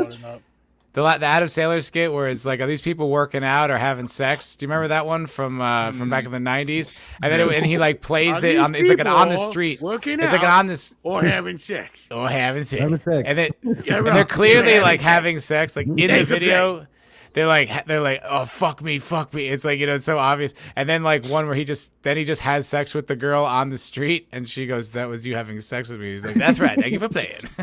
So, Mads, when you watched this, were you able to tell pretty much on a regular basis which was a dildo and which was a cock? What? No, it wasn't inside of me, dude. Listen, Oh why my are we God. bending the knee to the LGBTQ agenda? What's Oh going my on here? God! Wait, I googled it. These videos have millions Because we of gave them views. way This is too on much YouTube. power. This is on YouTube. That's why the people always bring it up as like, dude, Right. like, freaking Steven Crowder gets taken off, but we can have, is it a dick or a Yeah, dildo? Exactly. You It can't has talk about the climate. and then- 4.8 million views. We're not talking about a small, and it's been up for over a year. This is not. Wow. So maybe You it's see where YouTube's priorities are. Yeah. That's the whole Yeah, point of shit. yeah, I'm bringing it getting up. Yeah. suppressed. I'm lucky to get 10 views on a video now. So thank I you. swear to God. Wow, that's really. 3 of those are me, Vig. Yeah, they probably are. Thanks. Thank you for your patronage. I'm Please, Matt, all you I'm gotta 2 or do 3 of is- them as well. Hey, I've stubbed to So you, that's Vig. 2. So that's the 3 of us. Who's the spirit? Who's the one? Who's the 10th? Yeah, probably the Me. panel. This panel is probably, Probably me. You're the only We gotta one viewing jerk it. off to something. Mad Marta Carey, now you know how to bring some traffic to your channel now. Oh, dick or That's right. dildo? Yeah. Yeah. I mean, Either that or nude yoga. Holy shit! This is fucking This- pornography. This Hey, is don't what be you can nice. get on YouTube, Yoga. and you can't talk about the climate, and you can't talk about This is gay health pornography. issues. Like, Yeah. this is not even gray. Like, this is gay. But this is porn. I This tried whole to this guy's warn whole you. channel. Mad is always trying to get everybody to be watching some gay porn. I believe it's, Again, why are we I believe giving it's them the knee? educational, not Everybody porn. needs a You know what hobby the problem shop. is now you understand why he loves Brie. You know, Brie. Now we know it's all about the feet. The feet of That's Brie. fucked up. Like Matt, that That's does fucked up. piss Matt, me it off is, and as you a shouldn't be creator. showing it on our screen right now. No, Well, God, yeah. no. No, you Wait, would, what get, was- you would get claimed and struck if you Wait. showed their video. What did Such a Dildo make us play that one that's night? It right. was someone from outer space or some shit. Oh, N-words that? from outer space? Who is it? Ninjas from outer Yeah, space. that's right. Gay, Yeah, gay. Wasn't it Oh, gay no, it's gay ninjas? ninja. Brothers from outer and space. the word is not ninja, and it's a hard ER. It ain't ninja. I Oh. got you. Goddamn. Well, You know, as a content requires a creator, that pass. actually pisses me off because I'm like, I'm working Uh-huh. hard. I'm doing fucking streams every day, which is why you should sub. I'm they're putting up working hard too. Well, yeah, They're but getting it's worked like over. I'm, for the most part, following the guidelines. They're just like, hey, Right. let's just fuck on camera, and then a bunch of people watch. Well, yeah, no shit. Millions of people, not just some millions. That guy's got 1.5 million subs. Guess what? Porn is popular, and it has been for like 50 years. So of course, if you fuck course. on YouTube, people will find it and watch. Maybe if that's you allow the it. key. Maybe that's the key. You have porn while you talk about whatever you want to, and the YouTube Yeah. will never get rid of you. Yeah, but then So- we watch something Let's like go. Wes Brandon has a Moody. totally when different meaning in the porn. Wes is Is showing that the Star Trek transformative? porn Yeah. parodies, and he'll show a bit clip of a boobs by mistake. Bang, stream's gone. Yeah. So yeah. Right. how are You they even getting put a away girl with in it? a thumbnail sometimes. You just Yeah. having a girl in a thumbnail. Okay, so That then got how me- are You they have to getting shrink away her with down it? really, Take it really. down twice. Really Okay, small. so question: how are they getting away with it then? Just someone at I YouTube? don't- Agenda No. question mark? I mean, that's Yeah. how I mean, WAP you- got away with it. I mean, what? You want to be a bigot that goes against the two gay guys having That's fun? I think It's not being bigoted. If you I know say you it's don't, allowed, Matt. it's So- allowed. so- Bigot. so. I have a suggestion. The next Culture Crime Fighter show, Matt and Veg, Nah. you guys need to be naked, Nah, and you need to have a large collection of sex toys on the table in front I of you. retire before I do that. I just quit. Well, I It's mean, educational. come on, let's not rule it out. Let's hear him out first. Yeah. Where's this Matt's going? for- You don't have to replace me with Is there Mardigan. I'm not furniture doing it. involved? There's furniture. You know?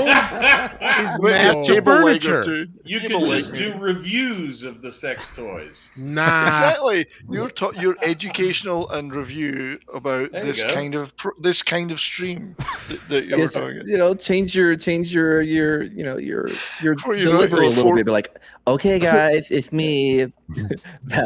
Much as Well, I you'll love have guys, 4 the million latest gotten been way built. too Yo, big. let's talk about Technology, Italian Renegade, which I got it almost like, wow, it's been like a year Vince since Williamson. anyone made that mistake. Jesus. He's now a star, and I'm a loser. So yeah, but so thank you, I guess, for mistaking me for Valiant Renegade. So that people are like, But I you can swear do to that. Christ. Look, Hey. look, swallow your pride. Do that for a year, and you make so much money you can No, retire.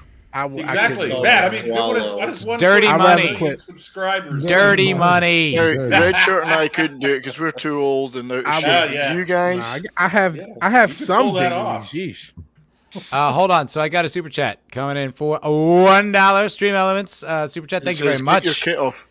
Mr. Grant Gregory. Thank you. There we go. Thank you. It says, "What a panel! All of my favorite peoples, and even Mad." That wasn't necessary. He's not included in the favorite peoples, but he's there. Maybe you're more than a so- favorite to him. Yeah, I noticed yeah. you skipped mine. Did I miss 5 one? Yeah, like No, 30 minutes no. ago when I You're on the suck. panel. you guys were talking about people getting aroused by. Oh fuck! I'm sorry, Eric. My bad. Let me just finish his. It's not done. He's got a little bit more. He says, "Jealous as hell. I'm not on with all of you. Hell, thank you very It's much." not as much Mr. fun Grant as it Gregory. looks, Grant. It's a lot of dick talk, actually. Trying to get a word in edgewise is difficult. Well, at least this isn't an FNT chat because I still was able to scroll back to Eric Case. Did you? That's I true. couldn't. 12:49. Where I went? I just scrolled up and I I'm couldn't looking find back. it. Yeah. It's not in my. Oh, I I found can't it. do it from Wait a minute. StreamYard. Oh, yeah.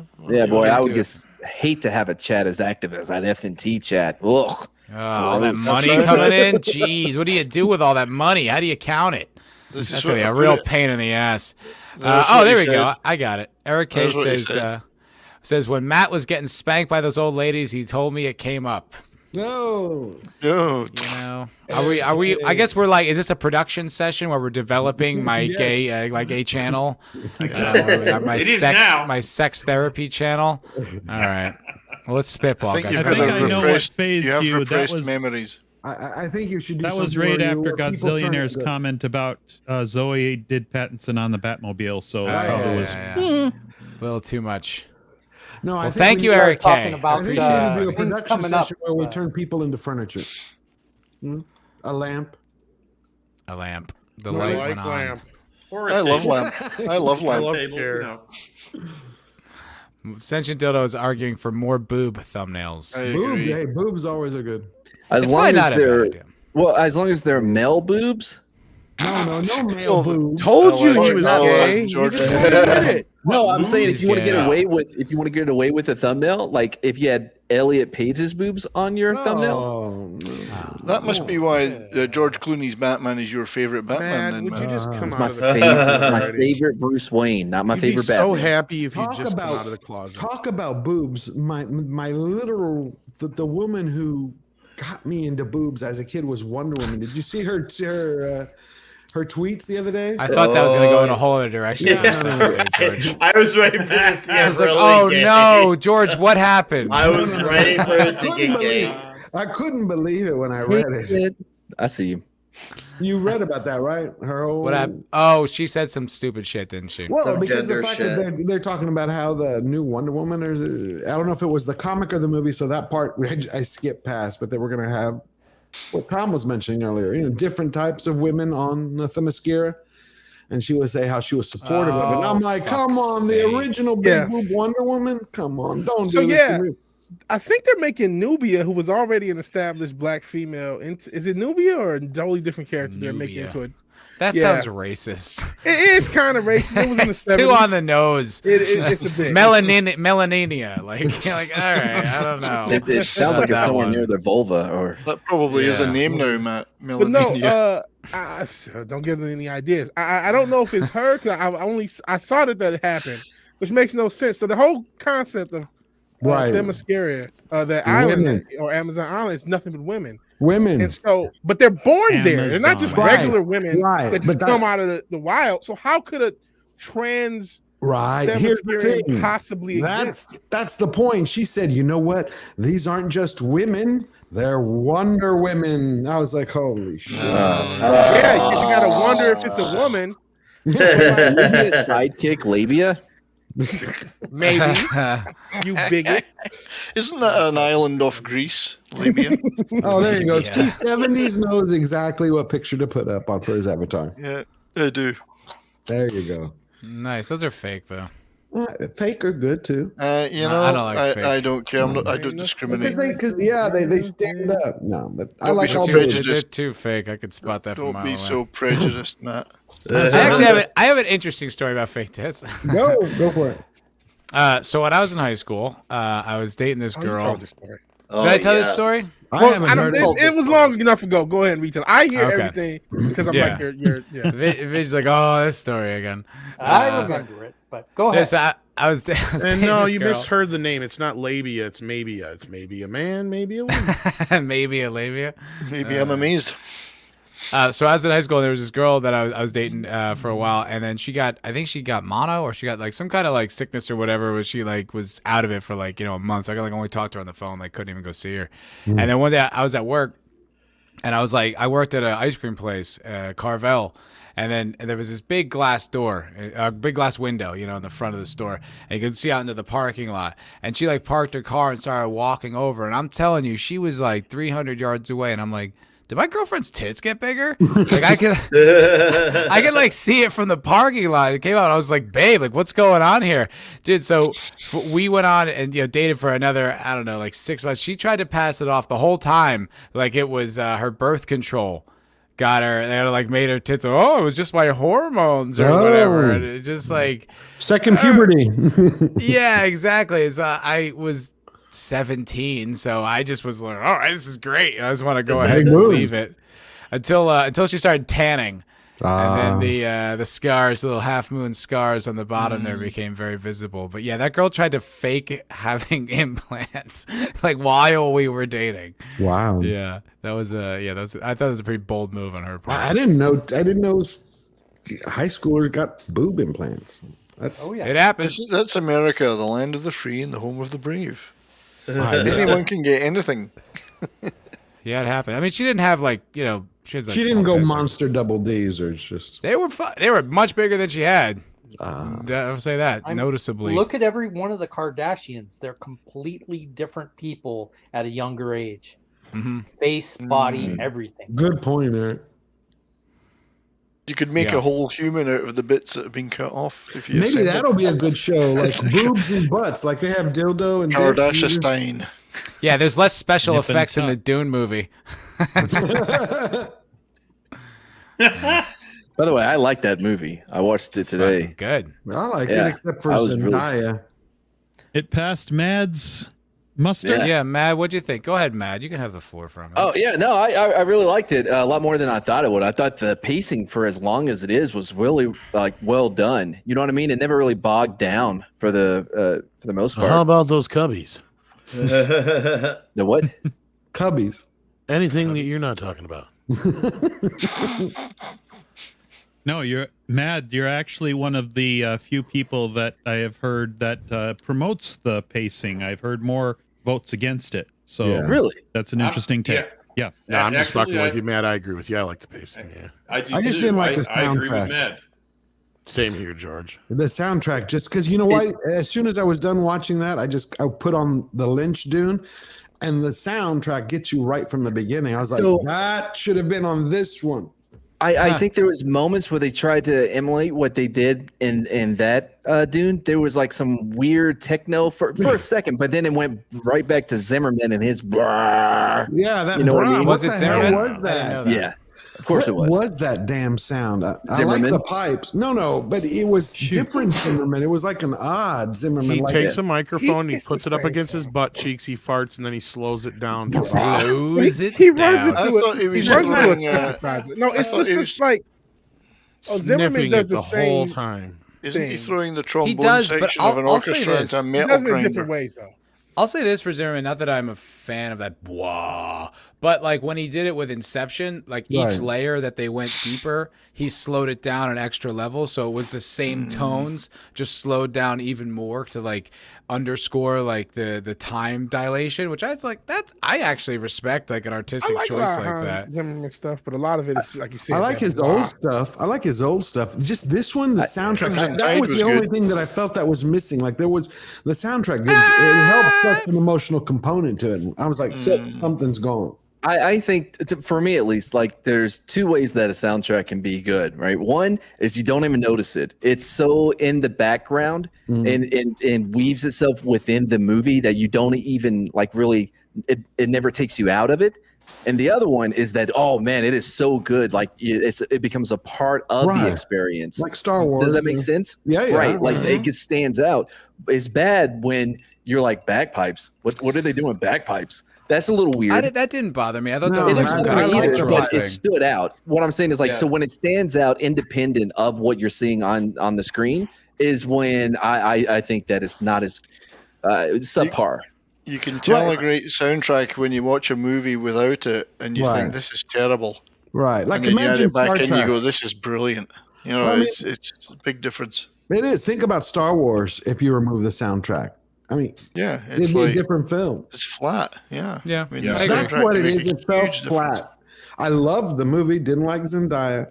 Don't like swapping races and genders. That from canon. If it wasn't in canon, I'm fine with it. But I love the acting. Love the film. Oscar Isaac. I was surprised he didn't like Oscar. He's a very good actor. He's a good actor. I didn't realize that, confirm actually. another Ginger side swap. Apparently, Ginger, Dave Bautista took the role of a character who was formerly a ginger. Right. I didn't like all the Bautista Harkonnens wasn't are thrilled. redheads, and none of them have hair. It's another ginger side. Like we had That was not the only one in the movie. Yeah, we need more. Lady Jessica is a really redhead. does hate redheads. Right. What's up with that? It's so weird. I will Don't say care that for them. I do Don't think trust them. what's his name? I think the father in the first one, Jurgen Prochnow and Max von Sydow playing Kynes. I like Sydow's Kynes better than this Kynes. Kynes. I was. So here's the thing. For me, I'm not a Dunist. Like I've never seen the old movie. Or a Dune-a-Night. Yeah, I've never seen the old movie or read the books or anything like that, right? So all of these swaps are entirely lost on me. Oh, I see. Yeah, So, no. No, I Void, see I the didn't know movie you as were a what it was. ginger. You're not welcome. I didn't Well, know that. in the original Lynch movie, you remember Careful, man. in Dune joking. yesterday you had the female was like I don't know if her name is Kynes or Kynes. She's the one who helped him and was like, I'm here for I'm the Liet governor of Kynes. change. Liet Kynes. I'm the governor Yes. of change.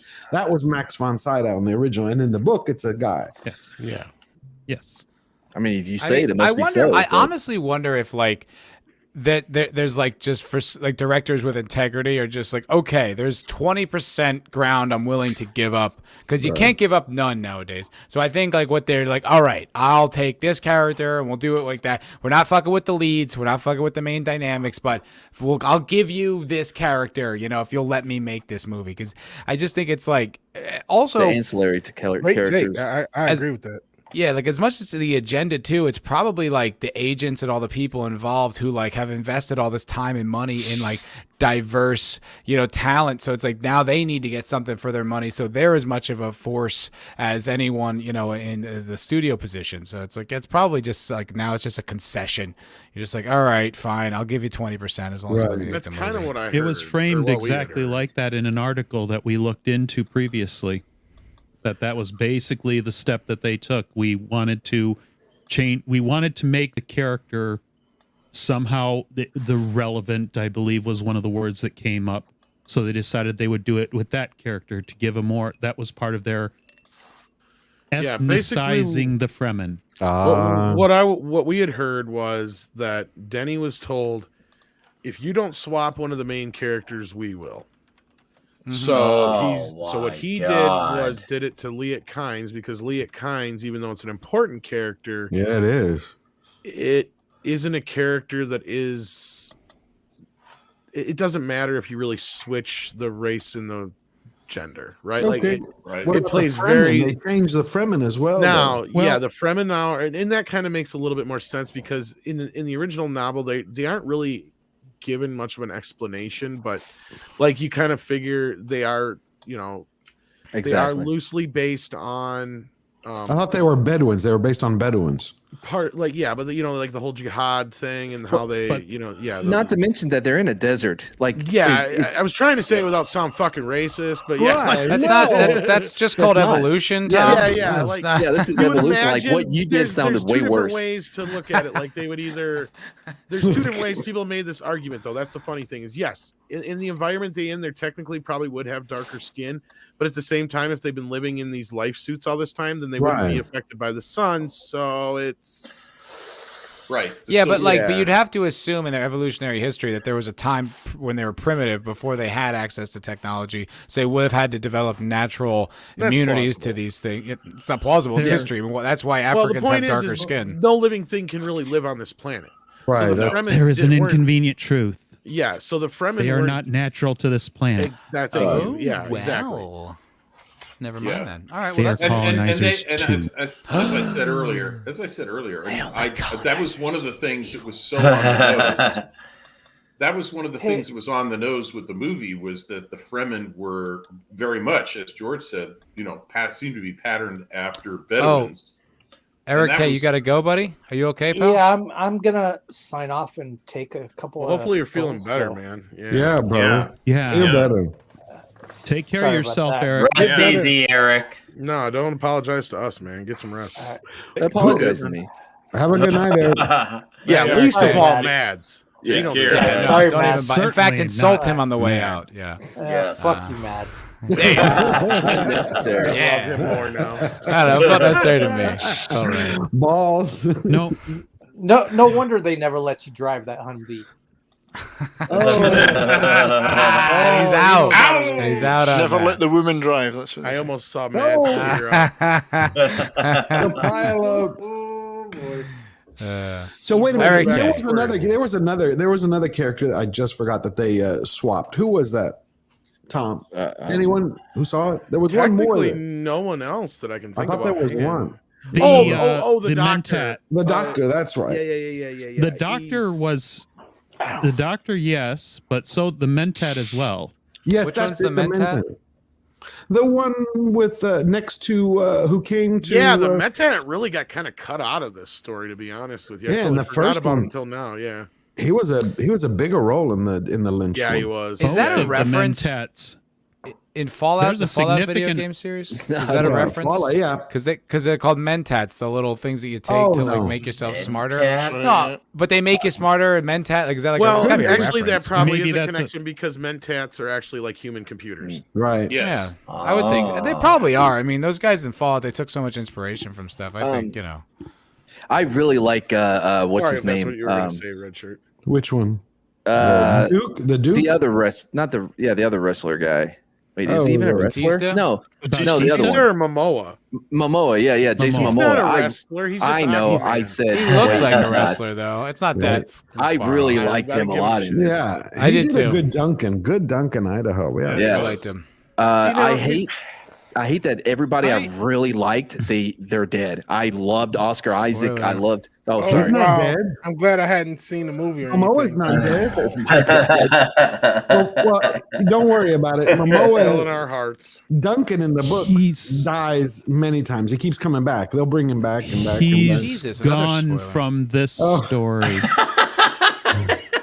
Well, Yeah, he we wanted keeps to give it Duncan away. Way to go, going man. forever. I mean, he Well, lives yeah, with- you can't If blame me there's on a that one. sequel, George. If there's a sequel. Don't worry about it.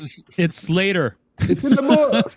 Duncan is the key. It's in to- the later books. I'm not yes. I'm not a We haven't Dune- even finished the Dunanite. first one. Like you can go to Dude, God, dude, you can go not to a God Dunanite. Emperor of Dunonian. Dune. Yeah, you can go to God Emperor of Dune, and you can. Duncan is Duncan. Yeah, he's a badass character. Duncan is around. Dunalorian.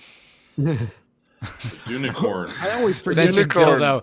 Sorry, Unicorn. sentient dildo is suggesting that penis reduction post-op pain is still bothering Eric K. Oh, Eric K is not Close here to to the bone. absorb that one, but no, yeah. close to man. 70s, you're on fire. By the way, like I made it a point not to Throw get enough mud. on not to get like on the internet at all until I was done with the movie when I woke up. Right. For like So the you're very blaming. reason. I knew he was woke. No, I'm just You're saying. blaming Like, everyone in the chat for like being here. no, I'm just saying. Like I made it a point. You shouldn't to, even like, be in this chat if you didn't want it to be spoiled. It says Dune no, right in the I'm title. not saying that either. I'm just saying, like, for me, I take the precaution of not being spoiled by watching it before I start interacting in a live discussion. If you like Yeah. it, you should read the books, Matt. If you like it, you should read it. You should have No, already no. read it. I didn't like it enough to read. Oh, okay. Yeah, I think I've started the book. I intend on finishing it at some point. I just haven't. I don't read it anymore either. I read like the Preacher series recently, which was fucking amazing. The Garth Ennis book. Oh my god, it was so. Did you see the show? Yeah, show's pretty good. Show's what got me like piqued my interest to begin with. I thought that the first episode of the second season was like top notch. It was fucking bonkers. I just hate that. I hate Ruth Nega as Tulip. She's the Yeah, worst. it doesn't work. Whoa! What'd you say there? No, just kidding. she's the worst though. Like I hate her energy. She's so mean and bossy and aggressive. And Tulip's not like that in the book. Like she doesn't take any shit, but she loves Jesse. She's not a jerk to him. And in the show, she's just so insufferable. Bitchy. Yeah, bitchy, and it just feels wrong. It's just also it's a race swap, so that stands out. And then you're just like, right with this character, never mind. But in the book, she's like way better. And then when Jesse explains like why he abandoned her, like she's extremely empathetic to it, and it makes sense to her, and it's like really sad, somber moment. No, that book was awesome. It's free on Comixology. If you have Comixology, which I do, you get like a 3-part miniseries for free. I'm gonna go read it then. Rules. Oh, it was so good. Yeah. Anybody hear any updates about the shooting? I've not. I'm still waiting for the Alec updates, Baldwin George. thing? Yeah, I'm still waiting Because for it kept updates. changing over the last few hours. I thought I was going to make a video about it, but I was like, I just don't want to make a The video. problem you have here is you have so many different parties putting different shit out in the press right now. Yep. That's per it's usual. Really hard to believe. And then, like I said earlier today on Midnight's Edge in the morning, like to make things even more complicated, this is the type of situation where the tabloids are going to get involved, and it's just going to get very, very, very conflated with other things. And then you got the IATSE people that are trying to stir up stuff with this. You have every angle that from every bit of person who's going to use this in some politically charged way. Take guns away type thing. That way It's going to go all over the place, and that's where I was saying earlier. I was saying, be careful, guys. I get it. There's tons of jokes that can be made, but No, I wouldn't you may not like Alec Baldwin, but it's just tragic. be careful Somebody what you died. say. I'm with you actually about wouldn't that. do it. I didn't like people's takes and making it political, and like even like Dan Crenshaw was like a dick about it. Tim Pool said something really shitty. And I'm like, Well, Yeah, I let me think just it put was a just scenario they out got there. You're making all these jokes now, but a lot of these people I see making jokes, and there's some people that I respected that I saw making some jokes. I'm just kind of like, oh.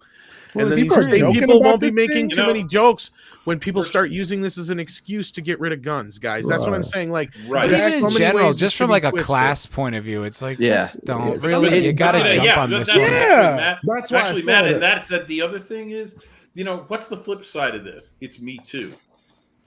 Okay. Yeah. There is a story. Something happened. We don't know the details. We don't have an investigation. We don't have evidence. And I just don't people are think like going, everyone keeps putting Baldwin in. Just like, really, do you really yeah. think it's his fault? Just because you But don't what is like it? the guy because he made fun of Trump, you're like, ugh. It's like, Well, it's like Andre was Really? saying. Let's say if it was Chris Pratt. Let's say if it was somebody Clint else. Eastwood. You would be saying Clint you Eastwood, don't want him. exactly. Yeah. I don't Yeah. like. Leave the guy alone. Let everything work out. That's exactly why I Yeah. said. Now, as far I as an don't like actor Alec. goes, I don't think he'd be held liable. Now, as a producer, that's a completely different scenario, but I think it's going to come down to civil things. To be honest with you, and I'm completely speculating, I think this is a similar situation to The Crow because there was already talks of, and again, going off of stupid things. I shouldn't even be going off of rumors, but there's supposedly rumors that there were people that walked off the set earlier that day and had been complaining about safety issues. So this could also be to be helping the IATSE struggle. I hope That's the there's thing. not So you can't. because someone, these people will release it. What for? Well, I heard that's the next thing we're hearing, and this is what I said this morning. I wouldn't. Here's the first and original scenario I heard is that they were doing a take while this happened, and that would make sense as to why the cinematographer and the director would both get injured, because like with the Crow scenario, what happens is you have several different types of loads they use in guns and I wish they wouldn't keep using the term prop guns, because even though it's technically a prop gun in quotations, it is still a live firearm in some ways. Like you have to treat it like that, and that's why. Okay, but what I don't understand they're though handled is by a special prop department that handles guns and guns only, because they have to be licensed armorists. But here's what I don't understand. Here's why, because what I heard from the police, what the police released. Not like I called them. This is what I read, but it said that it was a live round, and I'm like, why? Are you sure that came from the police? Because I saw a report that came from somebody at IATSE. Exactly. So that's why you. I thought I read the article. I mean, I read an article, and it was a police's statement. It was a Bounding in the Comics article about it, and it was the police. It was the police said, and I'm like, it said it was a live round, and it was like, why is there a live round on a set? How is it on what I'm set? saying. There's 3 or 4 different scenarios that could be, and there's even possibly more than that. They do. This is a statement right here. I got it right here. Does it say from the police or does it say this from is from the Santa Fe County Sheriff deputies were dispatched. The sheriff confirms 2 individuals were shot. One was discharged, transported from an ambulance. No charges have been filed. We're trying to figure out right now how and what. Oh, okay. It does say what type of projectile was used. Okay, so that's my point, because IATSE's out there putting shit in the press. There's other people putting a bunch of shit in the press. We don't know really what happened yet. And here's what I was trying to say is with the Crow situation, here's what happened with Brandon Lee. Okay. It was down to negligence to a point, but because I think they did find somebody liable in the gun department for that case, but I'd have to go back and look. But again, what happened is they have several different types of rounds, right? And one of them looks like an actual bullet, and it does have a cap on it like a bullet. And what happened is when they were firing it, it got dislodged from the bullet. And when they took out those casings and put in the blank casings, because they use, for closer shots, they will use what has more gunpowder in it, right? But in most of those situations, you're never aiming it at somebody, right? Because even though there's technically nothing coming out, there's still a chance that there could be sparks. Projectile. Exactly. There's still things that happen. Now, technically, the director and the director of photography probably were more than safe distance if it was one of these kind of quote unquote live round dummies, right? Which actually have fucking gunpowder in them, kids. Right. And that's why they need to be treated like they're real bullets. But this is why I disagree. Could have been is one of those caps got lodged in the chamber and it shoots out. It's just like a fucking bullet. That's exactly what happened to Brandon. That's how ballistics work. But that's the thing is like what Tim No Voids is like backing up what Tim Pool said. It was his right regarding Baldwin's responsibility since he had the firearm in his hand. It's like no. Listen, I'm no firearms expert. I'm no firearms expert, but I'm pretty sure what you do is you check to see if it's loaded. You don't look down the barrel every single time you use the weapon. No, if there's something lodged in it that you can't see, how is that your responsibility as the actor? I think, but we don't know that's the case. I think what it comes down to, if it was, it's right, like it's ridiculous. If this was in the middle of a scene, right? If it's a take that they're doing and it goes off, that's one thing. But if it's in between shots and he, for whatever reason, points it or whatever, because different scenario, Which I'm sure it's not. We don't know if procedures were followed or not here. We don't know. I would assume not being there and just piecing together what I've heard, that the cinematographer and the director were on the other side of the camera and Baldwin was shooting like off camera, like at the enemy. So, so it's like it would be a nice, his side of his coverage. And then the whatever projectile was lodged in there hit both of them. That's what I would assume happened. Because they both got, unless the projectile went through the director of photography into the director, then chances are it was probably multiple projectiles coming out of the gun, which is what happened to Brandon Lee. That cap melted and flew out at such an accelerated at such a close range that it got him right in the abdomen. And it was such a bullet is like a specific, it's like how a bullet is shaped. Well, those caps aren't made out of the same metal, so it like melted and convoluted in shape, and it blasted out like into shrapnel. It's a high velocity projectile, exactly. It wasn't just like one bullet hitting him; he had like a belly full of shrapnel, basically, kind of thing. It fragmented. It fell apart. But the bottom line, and I apologize, I'm not good with all the terminology. Sorry. No, that's okay. It's okay. That's okay, Tom. I just want to stress this. I mean, I've actually encountered a squib load issue at a range where in a revolver, the gun went off and no bullet came out of the barrel. And the person firing was experienced enough to notice, hey, that didn't sound and feel right. And the first thing he did was try and open up the cylinder on the revolver, and it didn't open. And he looked into the gap, and the bullet had made it out into the forcing cone. The back of the bullet was still in the cylinder, and it was bridging the gap.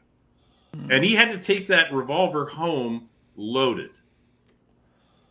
So, and then go get a rod and push the bullet out of the barrel. Right, back into the cylinder. The point is, if you aren't really experienced with the firearm you're shooting, and no actor is going to be because they haven't been shooting it. Right. How would I know? I've been shooting for a couple of decades. I'm not sure I would notice. I wouldn't know. That didn't feel right. Anyway, I know if there's something lodged in the barrel of a prop gun that I was given by an armorer I trust, I would have to take his word for it. I'm not going to take an expert's word for it. I might check the magazine, but even then, what if it's the third round? Like, how do I know? Like, I can understand firearm safety, but on the set of a movie, it's like, it's not, how can you possibly put that in his hands unless he was behaving irresponsibly? But I doubt it. We don't know, and we don't know that. We don't know any details either way. No. And the only excuse I can come up with for that is that it was an independent production. We're hearing a lot of shit out of there that it was, there was people that were already leaving due to safety measures because of, people that weren't taking the proper precautions. And if you already had a buttload of people leave, and the rumor was that they brought in some locals who may not have been as, up to snuff here. They may have had the license, but maybe they didn't know all the precautions or whatever. We're going to find out. And I mean, we can sit here and speculate all day about it. But as far as a criminal thing, I have a hard time going by history, thinking that Alec Baldwin is going to be charged with manslaughter or anything. Plus, I feel bad for him. Like, I do too. Like, this is what the point I'm trying to make is we can speculate all we want. There's going to be an investigation completed at some point in the future. It hasn't been. And at that point, we can talk about what the findings were. Absolutely. Right now, all we're doing is, because IATSE has an agenda and they're pushing it. There are other people doing the same thing on another side. And all I'm saying is, hey, why don't we wait for the facts and the conclusion of an investigation? Yeah. I agree. And then You're making too much sense. That they want us to react. They want us to react because they want us to get the emotions, to get the tensions high, to get all the discussions, to elevate everything that they want to push. So that is what we're doing. There's a few nuanced discussions being had, but most of them we're playing right into their hand. It's not even up for debate. But I don't I said most of them. Some are more nuanced, but most of them are going off of straight emotion. The bigger point I think we all need to remember here, and I think needs to be stressed, is to my knowledge, there has not been a gun accident on a film since Brandon Lee. Now that's been almost 30 years. That's pretty good. Yeah. That's pretty amazing. No, I'm not trying to say this is a good thing that it happened, but I'm trying to look at it from the perspective of if that's the case, then it clearly was probably somebody's negligence, and it's something that they'll probably definitely never overlook again. Right. So think about it. All the action flicks, how many thousands of rounds do they show? Hundreds of thousands of rounds. Yeah. And for one accident, 30 years, I feel bad for the person's family who's gone. That's why I said human tragedy. I wouldn't cover it. I wasn't going to do a story. That's why I said, is anyone doing? But I just wanted to say, if you don't mind, that I agree with Matt. I feel bad for Alec Baldwin, and I do not like Alec Baldwin as a person. I actually think he's a great actor and a great comic actor, a very funny comic actor, and I do not like him as a person or his politics. But I do not agree with people who are attacking him personally here. I believe he feels dreadful. I think he probably feels the worst he's ever felt in his life at what's happened here. Yeah, it's possible. I'm willing to bet that he is absolutely at rock bottom and is feeling all sorts of emotions and guilt and you name it about this. I was agree. really I don't think he's a disappointed with monster. Tim I Pool. think that's, and so I don't think it's fair to attack the guy. It's a very human tragedy. This. Yeah, the disturbing lack of empathy is really Yes. unsettling. Yeah, Absolutely. because And Tim I mean, Pool was very disappointing today. Let's be real. I like, agree. I agree. If he is, because he Dan is a Crenshaw producer, too. and he is found to be responsible on the other end of things, like, you know, I'll definitely be feeling a little bit different about that. That's a totally different that's my scenario. thought. But, Yeah, that's you why know, I was. What But did right Tim now, Pool say? I feel bad for the guy as a human being. right. Yeah, right. and I think the mature truly take is don't feel like, I yeah. hate him, and this is a tragedy, and I feel really bad. Like, there's no way to be like, yeah, see, we told you, fucking libtard. It's like, No, fuck Exactly. you, Don't man. play their not game. when That's their someone's- game. Yeah, not when Yeah, someone died. Someone's Exactly. missing their family. Someone You don't- died. An That's innocent, a total innocent, just a girl trying to Right. work on movies, and And apparently still- she was really yeah. happy to be there. It's just, Everybody wants Well, to I just turn try it to into remind everybody. political. Yeah, like I said before, especially if you're somebody who's an advocate for guns, just remember a lot of the things you say right now might be used against us later on. Right. Yep. You know, it may be funny, but they'll be like, "Look, see, they're just poking fun at it like it's not even." There's 100 scenarios. Someone died. It's a human tragedy, and I'm also yeah, wrong and just bit a that poor Baldwin will never. cinematographer. I don't think Baldwin will ever get over this either. But So, what, yeah, did, as what did human. Poole say? Trauma. I keep hearing he said something. He just tweeted something really cunty. He said something to the effect like, if you don't think Tim Pool's responsible, then I don't want you ever holding a gun on my gun range or something like that. And it's like, Well, no, even his video that he put out, I mean, he was I very didn't like see it. Alec Baldwin, like deserving of this, or like, of course he did this. And then he read something he didn't know where it came from about him saying some things before it happened. Alec Baldwin was saying some things. He's like, this fits into exactly what I was saying. He, it is just railing on Alec Baldwin. and I saw like That's Crenshaw. a really odd position. That was Tim, you say, who said that? Yeah. Because Tim is usually notorious for being what he's known for, the milquetoast fence sitter. No, So for this him was to not. take that position, that is very almost out of character for It's him. weird. Yeah, Yeah. and Crenshaw and Soul Assassin Crenshaw, like, I think it's in the social media flurry that you experience with something like this. But I'm pretty sure like he pulled out one of those tweets that Baldwin said about a cop, like, oh, I wonder what it feels like to innocently shoot a man, and then like Oh, that's where that came from. something like that. And I'm like, Yeah. really, dude, Yeah, like, well, in the you do worst- not come out looking good on this one. If In that's the your worst take. possible way, he now knows, and nobody would have wanted that to happen. Come on, So, like, I wish he it's such didn't an know. asshole No, I point wish of he view. didn't feel like that. Have to feel like that. Well, Just because he said that in the past, it's one thing I do want to point out is that we don't know anything either way because we don't. That's a good point. even though I will not necessarily have hold Alec Baldwin responsible as a actor, actually finer. If as a producer he cut corners, then he doesn't deserve all the sympathy. You know what I mean? Fair He enough. deserves- Yeah, that's a good point. Absolutely. That's I a good agree point. with you there. My sympathy is with the family who lost. Absolutely. Yeah, their daughter. somebody Yeah. died, And that's what I said this Baldwin, morning. Yeah. Baldwin, I haven't made a decision. I'll wait till all No. the facts are in. But Yeah, but all the No. bullshit hurts them. So let's. And that's what I said this morning. Let's just wait reserve till the judgment. facts come out. Right now, let's just remember the family, that there's a somebody who lost their wife, a son who lost their mother, and what can we do to make this never fucking happen again? Yeah. That's what you need to worry about right now, and then Mhm. we'll see the rest. I mean, and even if he is liable in some way, it'll probably be in a civil court situation. Let's be fucking real here. And Soul Assassin, by the way, don't do your own research. Don't quote me. I could be attributing it to the wrong person. Like, I think you're right, though. I saw somebody. There was a lot of people who pulled that 2017 tweet up, and it's And, like, I this get it. piling on is something we expect Yeah. from the progressive SJW Yes. side of the world. Exactly. You don't want to. And that's- I'm not going to play their game. Not That's in this what I'm case. trying to point out. Yeah, don't do it. There's no need to pile on. Yes. And even if he did, and this is the problem with going by what the news has been saying lately without it being technically by the police, is there's all kinds of shit flying around. And supposedly before the shot happened, because that was what the story was that they asked for another take, and he said, well, why don't I shoot you both? Yeah, is this what you want me to do? Yeah, like it was kind of like he was joking, obviously. It was obviously a very poor choice of words. Like, there's no real scenario in this where I can see there's any reason why Baldwin would do it on purpose. There's no reason why somebody would put Baldwin in that position. And if unless you want to get down some really deep conspiracy fucking. I mean, I wouldn't even shit entertain like that. Like, but I mean, there was people out there that were already pushing this shit, man. I'm not What were kidding they you. saying? Like he purposely did it? Like yes, he's there like, was I people wanna even get- saying, well, not just Really? that, but there was people saying that a Trump supporter gave him the gun on purpose. Oh, What? come on. Yes, there's been shit up going from both ends, every which way, and that's why I'm saying you guys just gotta. And I don't mean and like we you said, guys if that's the personally, but just case, every- you it'll know, like, come yeah. out. That's the kind of thing that you're going to be able to track. It's not going to be the kind of thing that like It's will just be getting down conspiracy roads here, kids. Yeah, and I if know it comes out, It's- if it comes it's out, part it of comes the out. Rage, But I don't.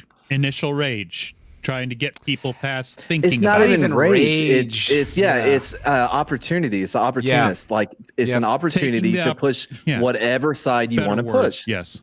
Yeah, you're Is just it politicizing a sad? tragedy. You're just using it as an opportunity to sound off on your political part of the horrible. line. It's like, Oh, my God. Exactly. I hate when when the right does that. It makes it so hard to support Anyone them. who Like, you're does- just Oh, like, it does. right. It Anyone does. who Of course, does that, that's no, wrong. but it's like right now the There right is is no supposed to be difference. have the actual moral high ground Right, because like they right. don't play this shit. But when they do, you're like, oh, you dicks! Like you're not helping anything. It's like, oh, so you just get in the mud with the rest of them. All right, well then you're an No, SPW.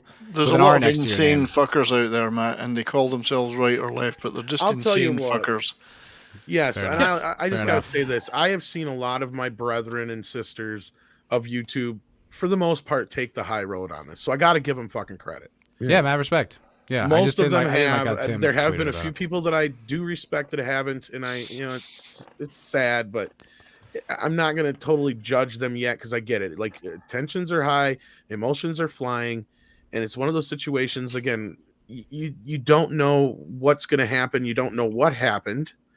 And Right. there's tragedies that we could go off of in the past, Yeah. but it's, people are like, well, how could this happen? And It could happen more often than you think. There's live ammo on sets more than you'd think, especially in special effects. 9 times out of 10, they use shotguns and explosions. You'd be surprised what they do. It's sometimes movies are That's made why under still- more That's why under most bubblegum and tape, but circumstances, you think about it, you have all these steps in between you and the problem, so that you try to remove those human error elements. Right. Yeah. And But sooner right or later, now, they we don't even they have a drop right out. to know anything right now. Yeah. This is Well, nothing to do with the world. It's to do Right. with the families and the individuals involved right Good now. point. Yeah, We that's true. don't have the right to know everything right now, which everybody expects now that we're going to know everything instantly about everything. And if we've, God damn it, I want to know everything about what happened over there in that murder or that whatever. Well, No, there's people involved. There's you don't families get involved. that. It's crazy. I People think who we- are I dealing think with the we- loss. Right. I think we need to go back to a time where stories like this aren't stories. Someone died. The police are investigating. Let That's the- it. People do their job. And that's the thing. And stop And that- politicizing it and stop trying to look for Right. opportunities Yeah. of it. Let Yes. it be. Let it be. Grieve, learn from the incident, and that's it. Just see Yeah. where it went wrong and try to do our best to prevent. we've Not seen turn so into much of something that.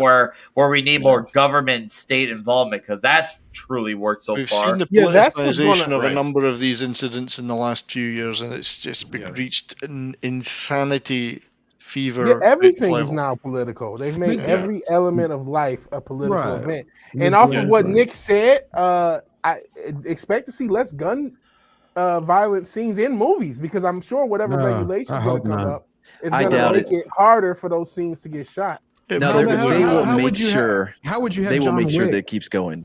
I mean, Yeah, what are you that's gonna what I'm do with John saying. Wick? They're going to make sure that whatever happens is going to come out as clean as possible, so that it doesn't affect their movies, because That's what I'm worried they about. want to because- they got to make the money. I actually have a More practical knives and question. swords, George.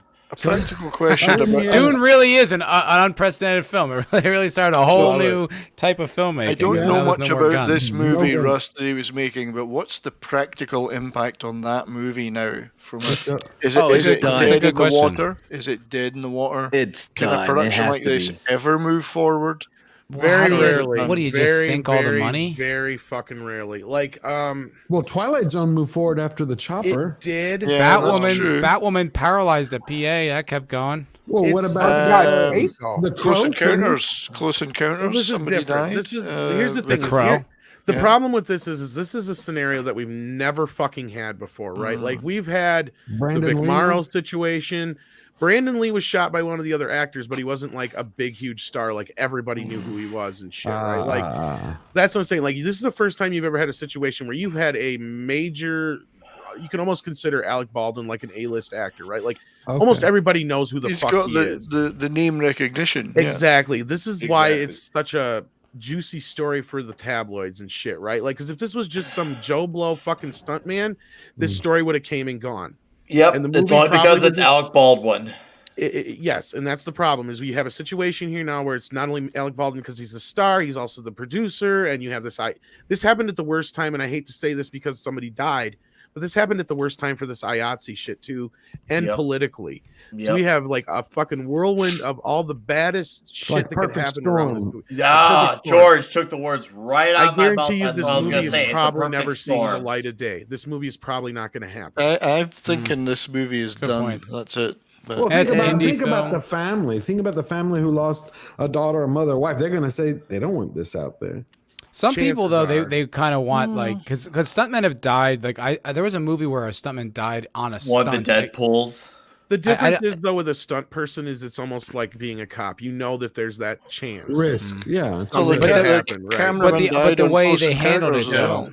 This is a But the way they handled cinematographer it- for crying out loud. No, but I'm just saying what the way they handled it was like, well, let's honor their memory by getting this out because it's That's like possible. then they died for nothing. So at least we get the like Well, their work is completed. part of it might depend on criminal activity too, because as Nolan Void just brought up, Midnight Rider. See, that movie got shut down because of what happened on that incident. The short version is they were shooting a dream sequence. They did not have the permits to be shooting on a live train track. The train was coming. That was the whole point. Is they were shooting the dream sequence of it's the Greg Allman story, and he was like laying in the bed on the train track. And they got the actor off. They got all the set shit off the thing, like the lights and all that crap. But the assistant director went to grab the bed, I believe it was, and she didn't get enough help to get it off, and she got caught up in the train and got killed. There was criminal charges brought upon the production, and I can't remember exactly. Oh who it yeah, was. that happened a few years ago, right? But yeah, like I think the director ended up going to fucking prison for it. Wow. Yeah, that's so in that not case, the movie got completely shut down. I think so. I think it'll all depend on the criminal thing. Like the thing with Twilight Zone is a lot of that shit drug on for years, and that was one director in one little segment, and there was other directors involved in a whole nother thing. So I think, and that was one of those things where when it all boiled down, I believe it was one of the stunt people that got charged or whatever it was in the Victor Morrow case. Yeah. But that was still one of those that was muddied in a lot of fucking like. Someone says this happened. Someone says that happened. You had 20. That's where this reminds me of that. Were the cameras rolling when this happened? That's my thing. Is I think they were because there's supposedly reports that there is audio and video of it. Then that audio and video is subject to the investigation, It's so evidence, it's not yes. going As anywhere. long as for they long. don't destroy it. Well, we No, gotta no, remember Well, this it'll is still Hollywood. be like with the Brandon Lee that- situation. It was turned over to the police for evidence. After that, it was supposed to have been destroyed. Chances are it's sitting in a fucking police vault somewhere, but supposedly they have the negative of that scene. So that scene is supposedly never been out there. The Victor Morrow shit though is out there. You can find that on fucking YouTube. What? Yes. Yeah, you can. Yeah, you can. Wow. Him and two Nick child actors Weiser- got killed. Yeah. I Yeah, know. Nick I Weiser- didn't know that was out there. Jeez. What Yeah. what Yeah. red shirt? Yeah, What red shirt? just so you know, I mean, it's easy to say, and I don't disagree with you that that somebody might have the balls to try and erase something or destroy I it. don't put it past them. I don't either, but I will tell you this: that is instantly a criminal charge. Well, I tell you Yeah, right now. What's your criminal charge instantly? I'm sorry, I didn't get that. Destroying Instant- evidence. destroying evidence. Oh yeah, that No, would chances be. are, I'm willing Hollywood. to bet everybody who was on the set had their phones confiscated. The film was confiscated. They got all that Was shit. it was it on the- physical actually, the film or was it article- being No, no. digitally shot? I would That's not almost Tommy. assume it's digital. You don't- I'd almost- Well, I'd here's the almost other thing. In guarantee. most cases, even if a camera isn't rolling yet before a take, they generally still have sound rolling no matter what. Oh wow, Right. It's true. So there's And- always something. And that if that's They digital, gave that's getting backed police- up all over the place. The sheriff reportedly got a warrant for the film, for any recordings, and all cell phones that were present on the set. Quite right. just like I figured. Yep. So Damn. they've Well, should we got end it on every that recording device. Cherry note. We should. Yeah. Ended on that little uptick that we just, that little Yeah. lovely, beautiful. No, Yeah. Dune's a good movie. Go see Dune. You know what the uptick is? That we didn't turn it into like what the tabloids do. We didn't like tear Here, it here. apart No. into a bitch fest. Like, oh, I hate out. Here, here. Oh, fuck We had that the asshole. sensible No. discussions like the Yeah. rational adults we are. Yeah. That's Yeah. what Well, the our good thoughts news is. go No, out but other to than the that- families yeah. who lost somebody. We can Yes, leave on a high note. I think absolutely. almost all of us Yes, like Dune. I don't remember Yeah, one I of us love Dune. disliking Dune. Here, I didn't so- see it, but I'm not going to. So I'm going to see You it. wouldn't have but liked I See it, it. anyway, Vidge. See it, Vidge. It's I am good. going to see it. I already know what's gonna happen. So Nah, it's still a good movie. You Still know a what? good Gorgeous movie. film. It's not We- just not woke. It's actually a good fucking adaptation. We get Yeah. such It's a good movie. little good sci-fi now Yes, that I am yes. really Yeah. keen to see it. I've It's never good. understood that argument. People go, "Well, now I know what it's like, so I'm not going to do it." Well, you know you're going to eat the next day. You don't stop eating. That's right. It's that's the thing. Just tell that to my ex-girlfriend. He knows what she's going to eat. Remember when we used to tell Oh, boy. everybody about every movie and everybody just went to see it anyway because it was a good fucking movie? Exactly. Yeah. Not only that, go watch. If Vidge, that go was the watch it. case, you'd never watch a movie twice, and I've watched Tom. movies hundreds of times. Vidge, Tom. go watch a No trailer woke from in the it. early '80s. They No give away woke. the entire fucking movie in those trailers. In some Yeah. cases, they're just clips of the movie. Like, Right. And Yeah. no Hearing woke. about a movie or a book is not the same as experiencing it yourself. That is Here, correct. here. To borrow from Absolutely. Chris Farley, remember the time when that guy said that movie was good? That was awesome. Remember that time you were in the Beatles? Yeah. That was awesome. Yeah, it's Go like see the it's like movie, sex. trust me, man. You know, if you learn what's going to happen in sex when you're a kid, it's not going to stop you from having it. You're still going to want to. Don't stop me, that's for sure. I had so so much gonna sex in my have- life. I'm not doing that. You're So still gonna much, have a guys. jerk off station. I recommend it to anybody because it has zero woke. So that alone is a selling point. What you mean, It's a good movie. sex or Dune? No, Dune. Sex, yes, everybody go have sex. Depends on what kind of sex you're having. everybody All right. should be having sex right now. That's good. We're gonna wrap up the show. Make sure you subscribe to these good gentlemen here. A lot of good mother. please Don't subscribe subscribe to Taking me myself. A because lot of good MFers on this show. Don't Hey, subscribe my to me. Video is up. Matt. Subscribe to Vidge. Don't subscribe. Don't subscribe to Tom, but make sure you do to Mead Radio. don't subscribe to me. I'm trying some reverse Seriously, psychology yeah. on Ask him everybody. to play Yeah, the you Dune gotta make some- soundtrack man, as I often really as wanna possible. Yeah, Make it maybe we should. sound cool. I don't even need your sub. Not even want it. Play Dune. Play Dune. How do you I say need fuck to and me want in your sub. backwards Please talk? sub. Yeah, Yeah, just go to I've Vidge. subbed to you, Vigilante. There you go, George. Yeah, It's up to George. good. Yeah, Sub, sure. yeah. Sub to George. Sub to George Do did not those- subscribe to George. That dude has one video and has like He's- 1,200 He's fucking got subscribers. 600,000 subscribers Yeah, already. he's great. Jesus. Listen, George gave me money. Okay, Matt. If you want to give me money, I'll support you. But you know what? He George came gave me out like money. breed. Matt hasn't got any money. Yeah. So yeah, subscribe to these That good is guys: good. Nick and The Vidge, jealousy Tom, is real. Rock fan, Mad. Subscribe to everybody and make sure you give your love to Draco and Redshirt when they're in the chats because there are wrenches and we need them and we love them. So No Void says he loves all of us. So thank you very much, No Love Void. no Void. No Sputnik. Thank By the way, you. No, Sputnik on, yeah. on Hulu. You want a good Thank you movie? so Sputnik. much. Nice coffee. Sentient Dildo says Vidge was talking too much, so he unsubbed. Okay, that's the fallout of just Wait, running I your gotta do that yap. again. It's Just running your yap. Ut Bus. Yeah. Sputnik on Hulu. Sputnik. Good movie. If you want something to watch. Sputnik. Okay. Soul Assassin said he just Thanks he for subbed to George because It's in Russian. statues. So. No, that's yeah. okay. I watch, How do you say I watch George closed backwards? captions all the time. Anyway. George the Giant Slayer sub. If you're not Yeah, I always completely appreciate it. burned out on zombie movies, George Train to Busan, I just found out Ah, about. Train to Busan's Yeah, great. it's a good one. Great movie. All Which right, one? y'all. Which one? Wait, which All zombie right. movie? Train to Bars Busan. closed. Train to Busan. Okay. Bars closed. Go It's That's a fucking right. foreign home. language movie. You don't gotta go home, but you can't Get stay the fuck here. out of here. Out of Yeah. here.